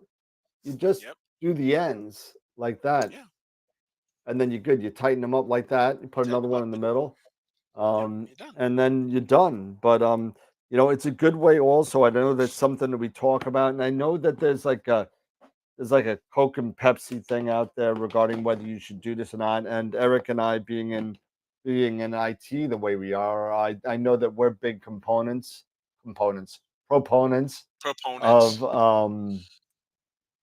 separating data and power. Yes. God, yeah. A best bet. Now listen, I know plenty of people that put power and data cables together and never have a problem. I get that. But a best bet to ensure that you never have a problem is separating the power and the data cables. Just keep them separated. Yeah, just keep them separate. It's just it may be a little tougher as far as how to route the cables a little bit, but you know what? In the long run, you won't have the problems that you would have sooner or later with the combination of the two. Some people put 3 or 4 power cables with a USB cable and just throw it all together in one of these, and then they say, "Well, my USB cable is my guiding cable, and now all of a sudden my guiding doesn't work. My guiding's off. My Yeah. guiding's off. Why is my guiding off? Why is my guiding off? Because you got 3 power cables together with a USB 2 cable, and it's just completely scrambling the whole thing. So Interference. now, if you have really good shielded cables, you might be able to get away a Which little you bit should have longer. anyway. You should have anyway, but not a lot of people have them. Not a lot of people do, though. Yeah, a lot of people just buy USB cables and don't look for twisted, shielded cables. Cable Matters, StarTech. Yep. Yep. Cables to go. Cables to go. Yep. Don't scrimp on your freaking cables. That was one of the problems I was having early on, and you know, and I was using those stupid ZWO cables. So like, you know, I literally ripped those things out of there, threw them out, you know, and bought all new StarTech and Cable Matters stuff. I actually, I keep one. I usually keep it in here, but I might have thrown it out. No, I haven't. It's right here. I keep one in my bag. You know why I keep this? An example of what not to do? Exactly. Yep. And you know what I do? People think I'm crazy in the store. I said, you want? I'm going to do you a favor when they buy a ZW camera. You know what I do? I say, can I open the box? And they're like, you want to open them up? Yeah, go ahead. Open up the box. So I open up the box. I say, I'm going to do you a favor. I open it up. I take the camera, place it to the side very nicely. And I take the cable out, disregarding the 2.1 power cables. I take the cable out and I say, and I put the camera back in and I close it up. I said, buy new USB cables. Yep. That's what I just did you the best favor in the world. Yep. So absolutely. But what are you losing if you don't have use good cables? My ZWO cables seem to work just fine. What am I missing? Well, anyone could answer that. Yeah, I mean, I've had so many failures, and so many failures with those cables. I mean, it would be like image exposure failed, and it's the cables. Mm-hmm. It's always the cables. They are very inexpensive cables. I mean, you're spending thousands of dollars on a camera, but they're gonna give you the crappy $1, a buck, or Chinese cables. I'm sorry, they are. And so, well, in all fairness, everything in that box is from China. So let's just... I know. But the cables are even worse. So just go ahead and just get online, go to StarTech, or go to Cables to Go and order yourself, a few USB-C, a few USB 2, and some USB 3 cables, of the different types, AB, AC, all those, and just hold on to them, because trust me, there's going to come a point, especially if you live like where I live in the Midwest in the winter, forget about it. You try those ZW USB-C cables, at least in my experience, they get brittle. Yeah. They get brittle, and then everything goes, and then you're wondering, what's wrong with my camera? Image exposure failed. And the first thing people start telling you is like, get the cables, swap cables, put in some new cables. And as soon as you put in new cables, oh my God, hey, everything's good again. I'm telling you. Yeah. The other thing you can do, if you live in an environment like I do, where there's just stupid amounts of humidity, especially during the summertime, it's nice now. It's the humidity is dried out, but in the summertime, the humidity is just, I mean, it's ridiculous. It's insane. I would take a very, very, very thin coating of dielectric grease and use that on the connections for your cables. That will prevent them from corroding. Yeah. And it won't affect the transmission, the electrical transmission. It's dielectric.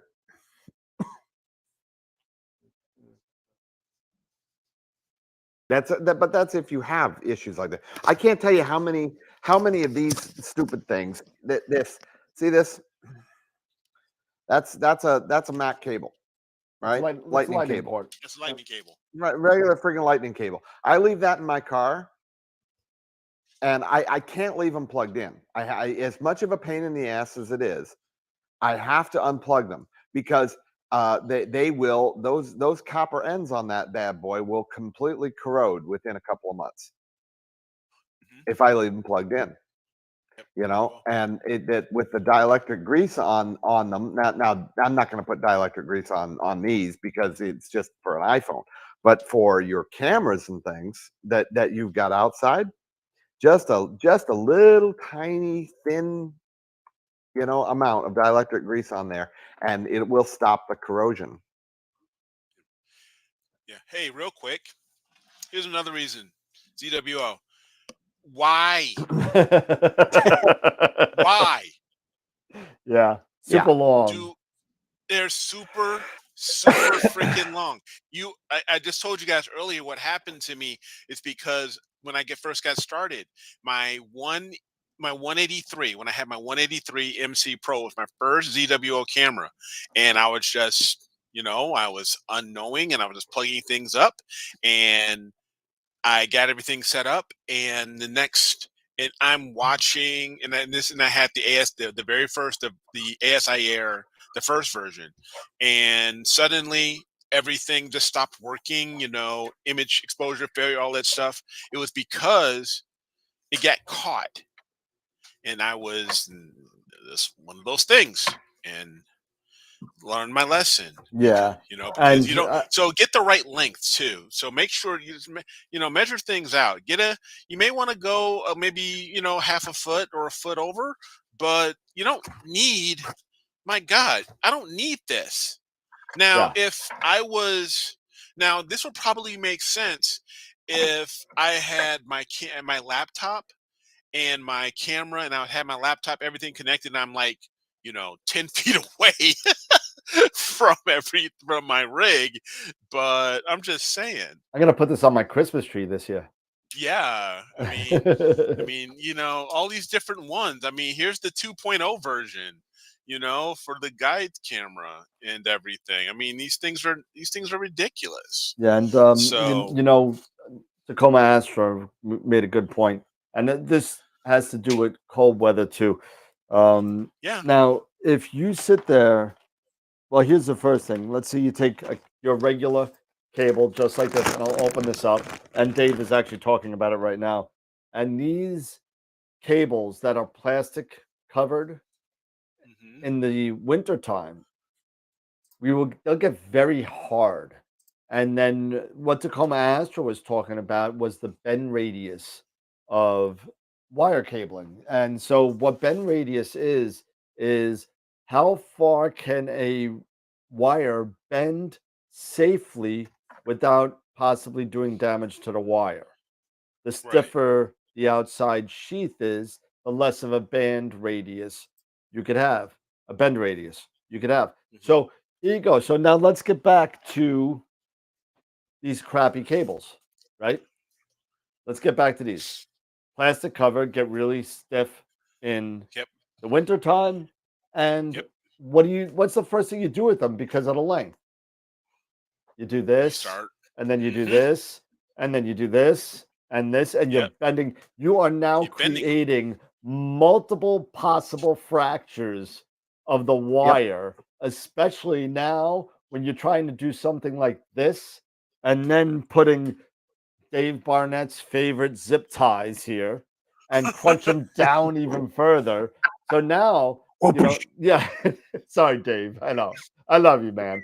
But you know, this type of thing over the course of time will create a lot of damage, possibly in multiple areas of this wire. Yeah. So just be very, very careful with that. Yeah. And to this point also, cable performance as well. You know, just the general cable performance. But yeah, what Charity, when I'm talking about when I'm talking cold weather, I'm talking like where I live, Midwest cold weather, you Freezing, know, or New York cold freezing. weather. When you're talking below freezing, when you're talking, you know, under 32 degrees Yeah. Fahrenheit, you know, Or and 0 Celsius for or those of you 0 guys. Celsius, yes. So that's what I'm talking about, because that's honestly when you have those the winter and you have those nice cool cold crisp nights, it's usually some of the best seeing because it's, you know, less atmospheric disturbance and everything else, so you're doing some great imaging, especially at zenith. But you got to take care of you know, make sure you've got, you know, good cables Yep. to get through. And Yeah, New Buffalo, New York cold, exactly. by the way, When it's like 6 feet, and that's normal for Buffalo. That's, you know, walking every day. yep. That's normal. Kids, And kids going to the that school is why I with a will never shovel. ever move there. I will never go there. And you know what? People like Sean Nielsen, Ron Breacher, Peter Pruill, all you guys that are up there, In, you know, Trevor in Jones, Canada, all these yeah, guys in Canada. God yeah, bless you, because you yeah. are better people than me, because I will never, ever. Dude, Long Island's bad enough. I mean, I'm just getting masochistic when I think about going north of Syracuse. But here you go. This is something that may help you. Braided USB cables. Yeah, braided USB cables for sure. Yeah, You that's what know, I use. I use those types. these are the ones that you wanted, braided, shielded, not just Shielded, braided, but braided and shielded. shielded. Um, make sure that you kind of get these together. And you know, Ernie, I'm going to be driving through Pete's neck of the woods. Maybe we should all get together in a couple of weeks. So, Eric, I don't know if you got my text messages about dinner. I might have to change the date. Okay, just let me know. No, I did. Just You keep didn't me answer posted. me. Oh, I didn't answer. There you go. But There you go. My bad. But yeah, because I okay. actually texted you on your phone, you probably weren't recognizing it. I'm probably. I was like, yeah, who is that? What do you Spam mean? caller. What do you mean Monday? But So but okay. yeah, Yeah, I'll The take other a look at it real quick. company that I've used for years now, and I don't use it just for my cameras and connections there, is AudioQuest. Audio I Quest. don't Yep. know if you guys have ever used AudioQuest, Yep. but like that's an AudioQuest Cinnamon optical cable, and as you can see, it's all braided, Yep. you know, and you know, similar USB 3, you know, Yep. to USB-C, all Yep. braided, Yep. shielded. You know, the thing is, people shy away from stuff, from cabling like this, because they see the price tag. Yep. You know, and I mean, granted, AudioQuest is crazy expensive. I mean, you can literally, I'm not even kidding you, you can spend $300 on an HDMI cable Yeah. easily, Easily. Yeah. Absolutely. easily. You know, so, and I've got quite a few AudioQuest HDMI cables, because I don't want to ever have to replace them. Yeah. You Because know, once they're in the it was a wall, lot of money to get once it, they're in but the wall, yeah, but they are absolutely phenomenal. yeah. The build quality on them. Dave beat me to it. You know, I was going to coin Pete Meyer in his absence, Yep. saying "buy once, cry once," and you know, no, buy once and cry forever. I hope that's not the case. I hope you get years of use of the money that you spent. But you know, Eric, what are you doing over there? You guiding? What are you doing? Sorry. Yeah, no, sorry. I did the quick test. Oh, So okay. 300 second ADU for 3 nanometers, 549, right? Yep. 600 seconds, 589. What? ADU, 589. That's Average interesting. ADU. For how many? For a 600 10-minute shot? for a 10-minute shot. 10-minute That's shot. what it says here. That's what it says here. My mid range, my mid is 589. My average is 589.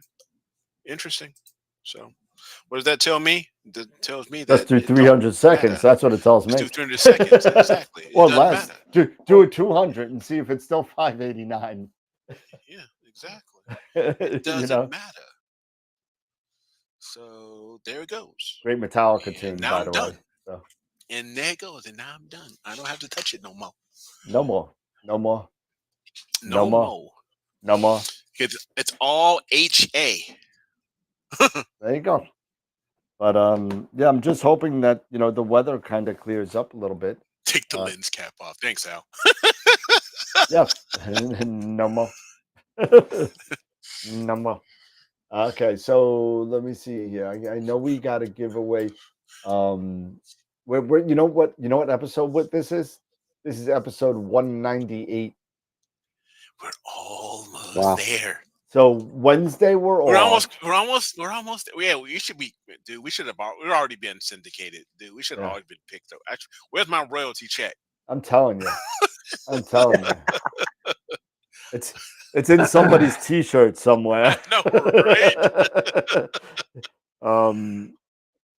But what Al's happened? funny. He's like, my airflow has 500 ADU. Yeah, I'm telling you. Hey, 500 ADU seems very, very low. That's like my darks. Yeah, I know, right? But that's know? what it's telling me. No kidding. I Yeah. kid you not. Just seems very low. Do you get so when you scroll over a star, what's the ADU of the star? Does it go up? It doesn't show. When I Really? scroll over it Well, itself, you got to bring it doesn't. into Pixinsight. I gotta bring it in will. PI. I gotta Yeah. bring it in PI. Yeah. All right. So, We also good got to deal. give away. We got to give away some stuff, or we got to give away one thing. We gave away a lot of stuff last week. But let's see. Well, let's see if we have any new subscribers here for this. What happened to my tickers? My ticker stopped. Why did my ticker stop? There's that's the Audio Quest. That's the carbon. That right there is probably one of the better cables that you can get. Yep. By the way, 5% silver on that. By the way, melt it down and sell it. Yeah. Let's see. Well, we got the picture. Oh, we got to do the picture of the week tonight too. Yeah. Need my water. The users. Did they hit 100 yet? 96. They're almost there. Zip tie assortment pack as a giveaway. You know what? That'll be in the next person's T-shirt I send out as zip ties. I'll just throw them. I won't even put them in a Ziploc bag. I'm just gonna throw them in a box like loose and just throw them in there. What the hell is this? Yeah. Everything has a purpose, Michael Jordan was an absolutely phenomenally good basketball player, but let me tell you something. I'm here to tell you, he'd have made a lousy jockey. Exactly. The horse would have just cried home, man. Not everything works for everything. Oh my gosh. Oh yeah, Josh Kovac bought 5 tries at the Evil Core. So thank you, Josh. Schaefer, he's like still waiting for my filter wrench. Dave, I'm going down in a little bit to pick up the mother-in-law for Thanksgiving. So we'll go for lunch. I'll give you plenty of filter. I sent you the filter wrench, didn't I? The 77 millimeter. I think I sent that to you. If I didn't, let me know, because I thought I sent out a lot of stuff. I'm sorry if I screwed that up. Yeah, I agree with you, Norm. Data is, I mean, eventually you get to the point where you get to the, diminishing returns, but, adding more and more and more data is, yeah, I agree with you. I that's one of the reasons why I shoot wide open, on my terrestrial work. If I can get away with shooting it at, 55, I will. I'll adjust the other aspects of my, 55 ISO. I'll adjust the other aspects of my my triangle, my exposure triangle, to compensate around that. Because the richness in the photos is just crazy. Let's see. I just got to get to the. All right, here we go. So here's the first thing. Should we do the picture of the week first, or should we do the spin first? I don't care. Anybody? Doesn't matter to me. I got the spin ready What's that? to go. Go ahead. So, yeah. All right, here we go. Here's the spin. We have 4 left to hit 100 entries for the Masters of Pixinsight class. But here we go. Ready? The next class is Tuesday, the 11th, coming up this Tuesday. And the winner is Robert Johnston. Robert Johnston. Robert Johnston. All right, Rob. So look out in your email for the notification for the next for the voucher for that. I'll get that out to you. Congratulations to Robert. Congrats. Robert Johnston. There we go. All right. And then we got the picture of the week, right? So let's go back to the picture of the week here. Let's go to AstroWorld. That's not it. No, that is definitely not it. Nice scope, but that's not the picture of the week. That is not the picture of the week. So we only had 2 this week. And don't forget to vote for the poll here, for the Astro poll, Astropalooza poll. Which one is the live stack? Choose which one is. I love that shot of the ladies.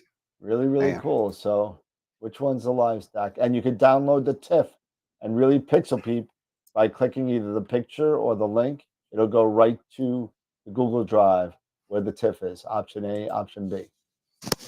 So you can download it there and pixel peep to your heart's content. We have only 8 people voted for that so far. So we got Spooktober.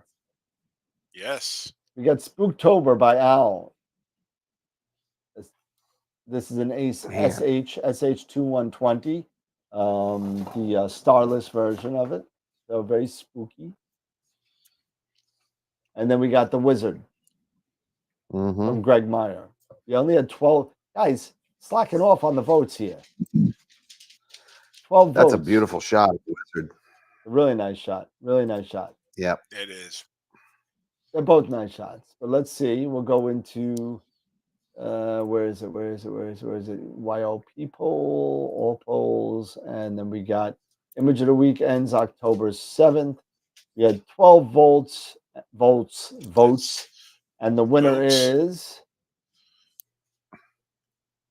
the Wizard Nebula with 11 out of the 12 votes. So congratulations to Greg Meyer. 46 hours. 46 hours. Almost 48. Almost 50 hours. Oh my gosh. That's crazy. That's like getting like a 99 on a test for me. You may as well have just done 50. You know, you could have just give me the 100. Just give me the extra 3 hours and 10 minutes. Not even a night. But it's really good, and I thought it was really awesome that. And I'll go back to it real quick. What he did here is something that we talk on the show a lot about. This is a narrowband image with RGB stars in it. And he did a really nice job with it. Yeah. So, I mean, that's where you pull the stars out. You pull the stars out and do the stars separate from the narrowband image, right? Well, you can pull the stars out or just place the stars in a color image. Just do a star mask, pull them out, Oh, the mask, and then put them yeah. right on top of the other Yeah. stars. You could do that. You can do it either way. You can play. You can take them both out and put them both back in. You know, you can. There's a couple of certain ways you can do it. But yeah, but separating them is definitely the way to get that. Yeah, you could definitely separate really them. beautiful. You know, take them out and put them back in. You could do that. It doesn't take much to do that. I mean, with the mask, doing the mask with the stars. Yeah. Yeah. Yeah, it's beautiful. Don't forget, Picture of the Month started. Okay, vote for the September Picture of the Month. We got, I guess this is the PG month. So we got this one. Okay. And another PG rosette. Yeah. And another PG, that's SH2101. And then Greg Myers. Greg Myers is the underdog, I guess, this when you talk about how many versus how many. But I like this picture as well.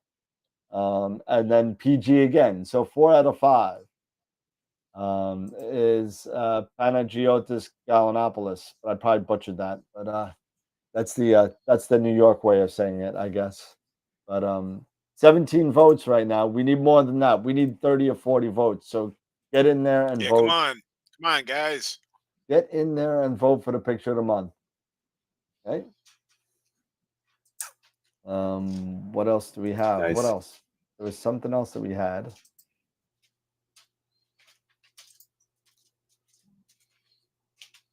I think that's it. No, I think that was it. Okay. All right, cool.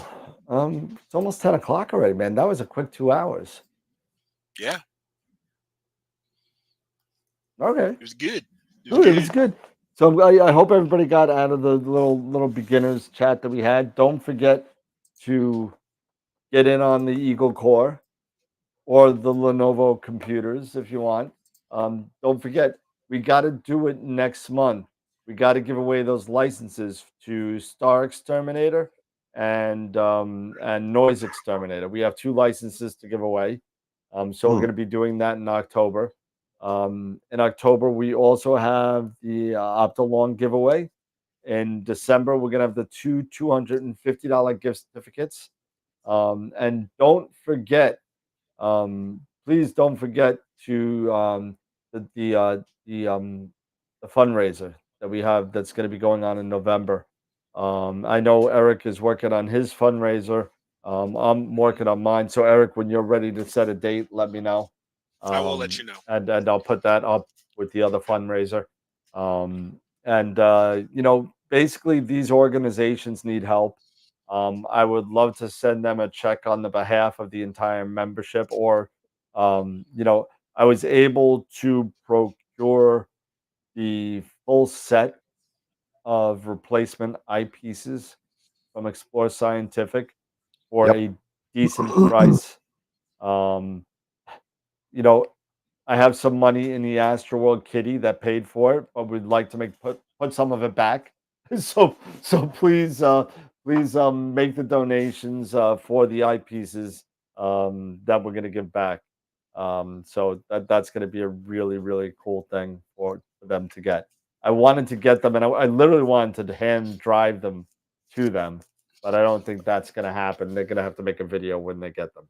But it is in Ohio. It is 8-hour drive, so I think I'll just ship them. Yeah, and a shout out Tim, keep asking those Charity. questions, guys. A shout out to Charity, Charity Rose. She was talking about the dark sky sites in Florida. There is a dedicated Bortle 2 here in Florida.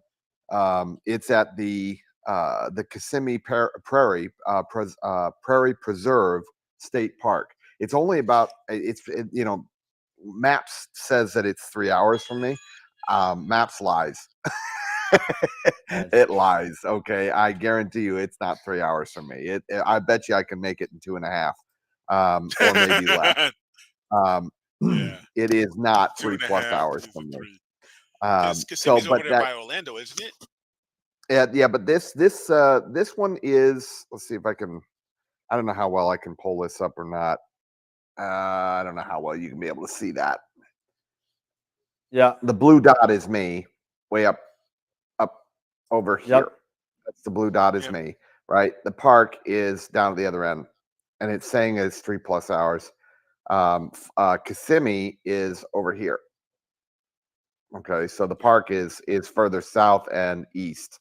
It's down near Okeechobee. You can see Okeechobee right there. Got it.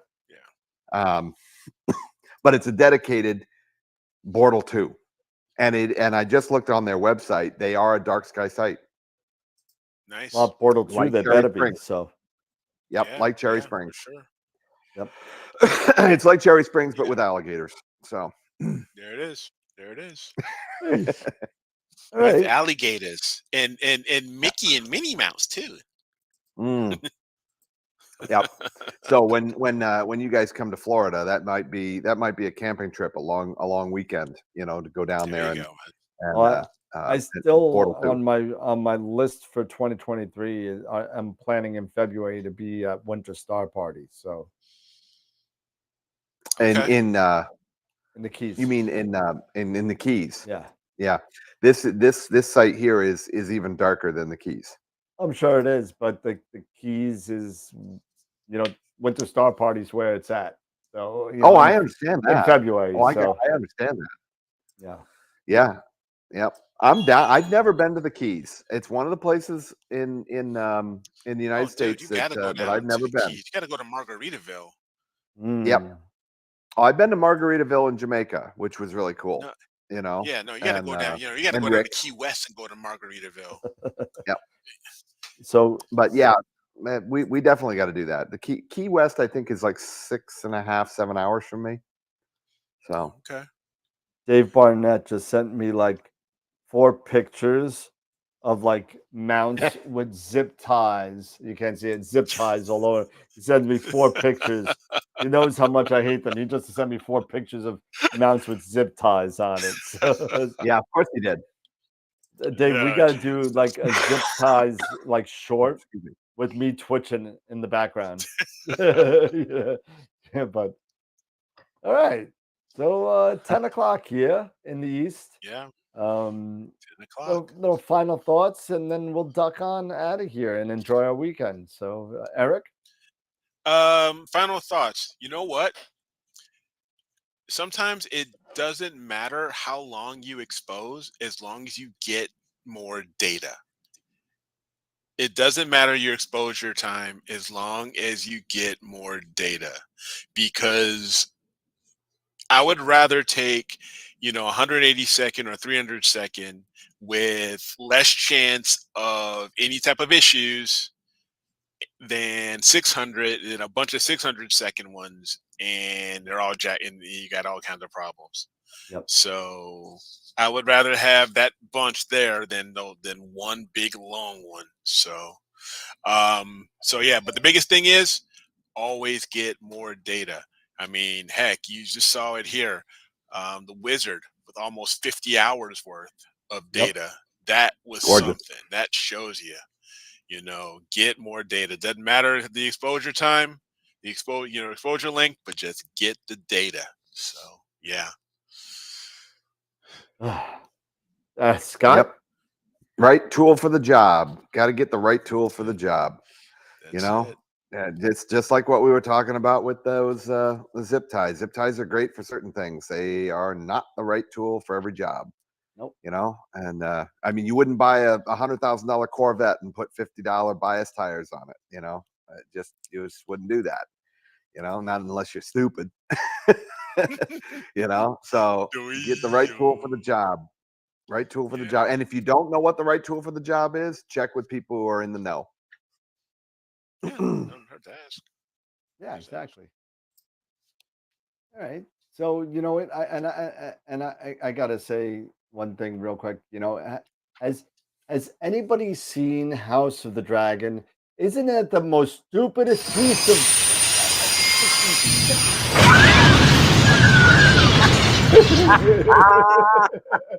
that was good. That was good. I like that. I actually, to be honest with you, I actually kind of stopped.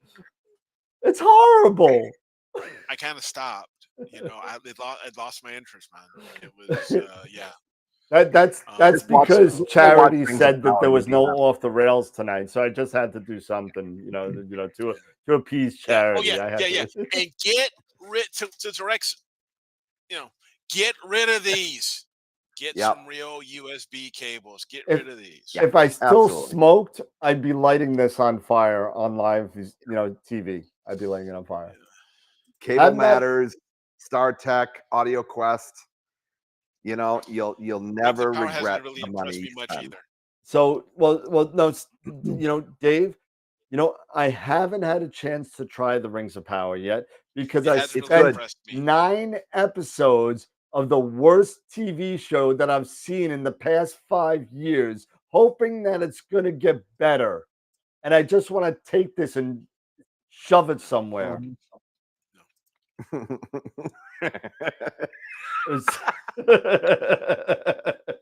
Oh my horrible. God. It's horrible. I'm sorry. I just had to take the image out of my head. It's horrible. It was just. What do you mean the screen froze? I'm waiting for Wheel of Time to come back. So am I. That's what I'm waiting for. Wheel of Time is good. Rings of Power is good. You'll enjoy it. It's good. You think so?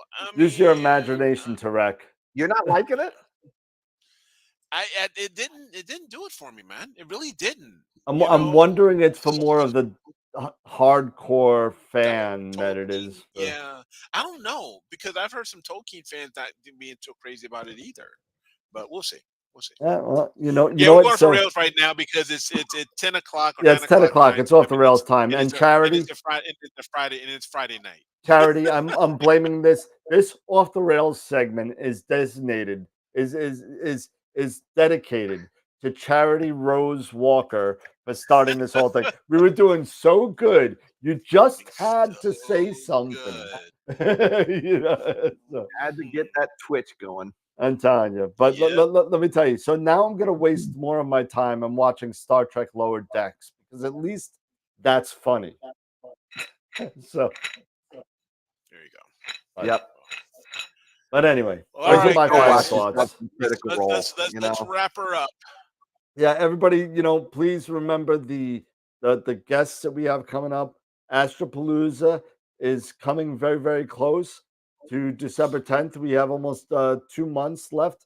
We would like to get some more, guest speakers. If anybody would like to become a guest speaker on Astropalooza and do a presentation on something, please hit me up on dan@astroworldweb.com. We have plenty of room for the schedule, so we don't have an end time. So it's just going to go on to whenever. Please, for those of you that are also YouTube subscribing members, thank you. Number one. Number two, if you're on here and you're watching, please consider transferring over to the Patreon account. It's just easier to track the way I send out the shirts and stuff like that and all your perks. The perks are actually better on Patreon. They send you out every 6 months that you have a up for the first year. Every 6 months they send you a little perk based on what you're, some people get stickers, some people get shirts, some people get, it depends on what I picked. I forget what I picked. It's different levels get different things. But you get one for 6 months and one for a year. So the perks are better. Definitely try to switch on over. And don't forget on the 16th of November, the fundraiser for LAS that we're going to be doing. So bring the checkbook and help us help them get back to running again and doing all the outreach that they do for the community over in Lima, Ohio. So very, very important. So that being said, anybody else got anything? No. Nope. I'm okay. all good. Put your vote in for whether or not you want to watch us play Spelljammer Oh yeah, yeah. You know, we got an idea of doing some D&D streaming. If anybody's willing to, if anybody wants to actually watch that and waste some more of their life watching us, feel free to let us know, and you know, and we'll do it. And why not? And if you know, who knows, maybe we'll get even more subscribers that we have on this. Who knows? Yeah. But Who knows? but it's something that we've been kicking around. So feel free to hit me up on the email or any one of us at AstroWorld Web, either Scott, Eric, or Dan at astroworldweb.com, and give us your thoughts. So that being said, everybody, have a good night. Be safe this weekend. We are off next Wednesday. We'll be back next Friday. And as always, remember to keep imaging, keep educating, and clear skies. And we'll see you Friday night. Have a good night, everybody. Have a great weekend, everybody. Bye for now.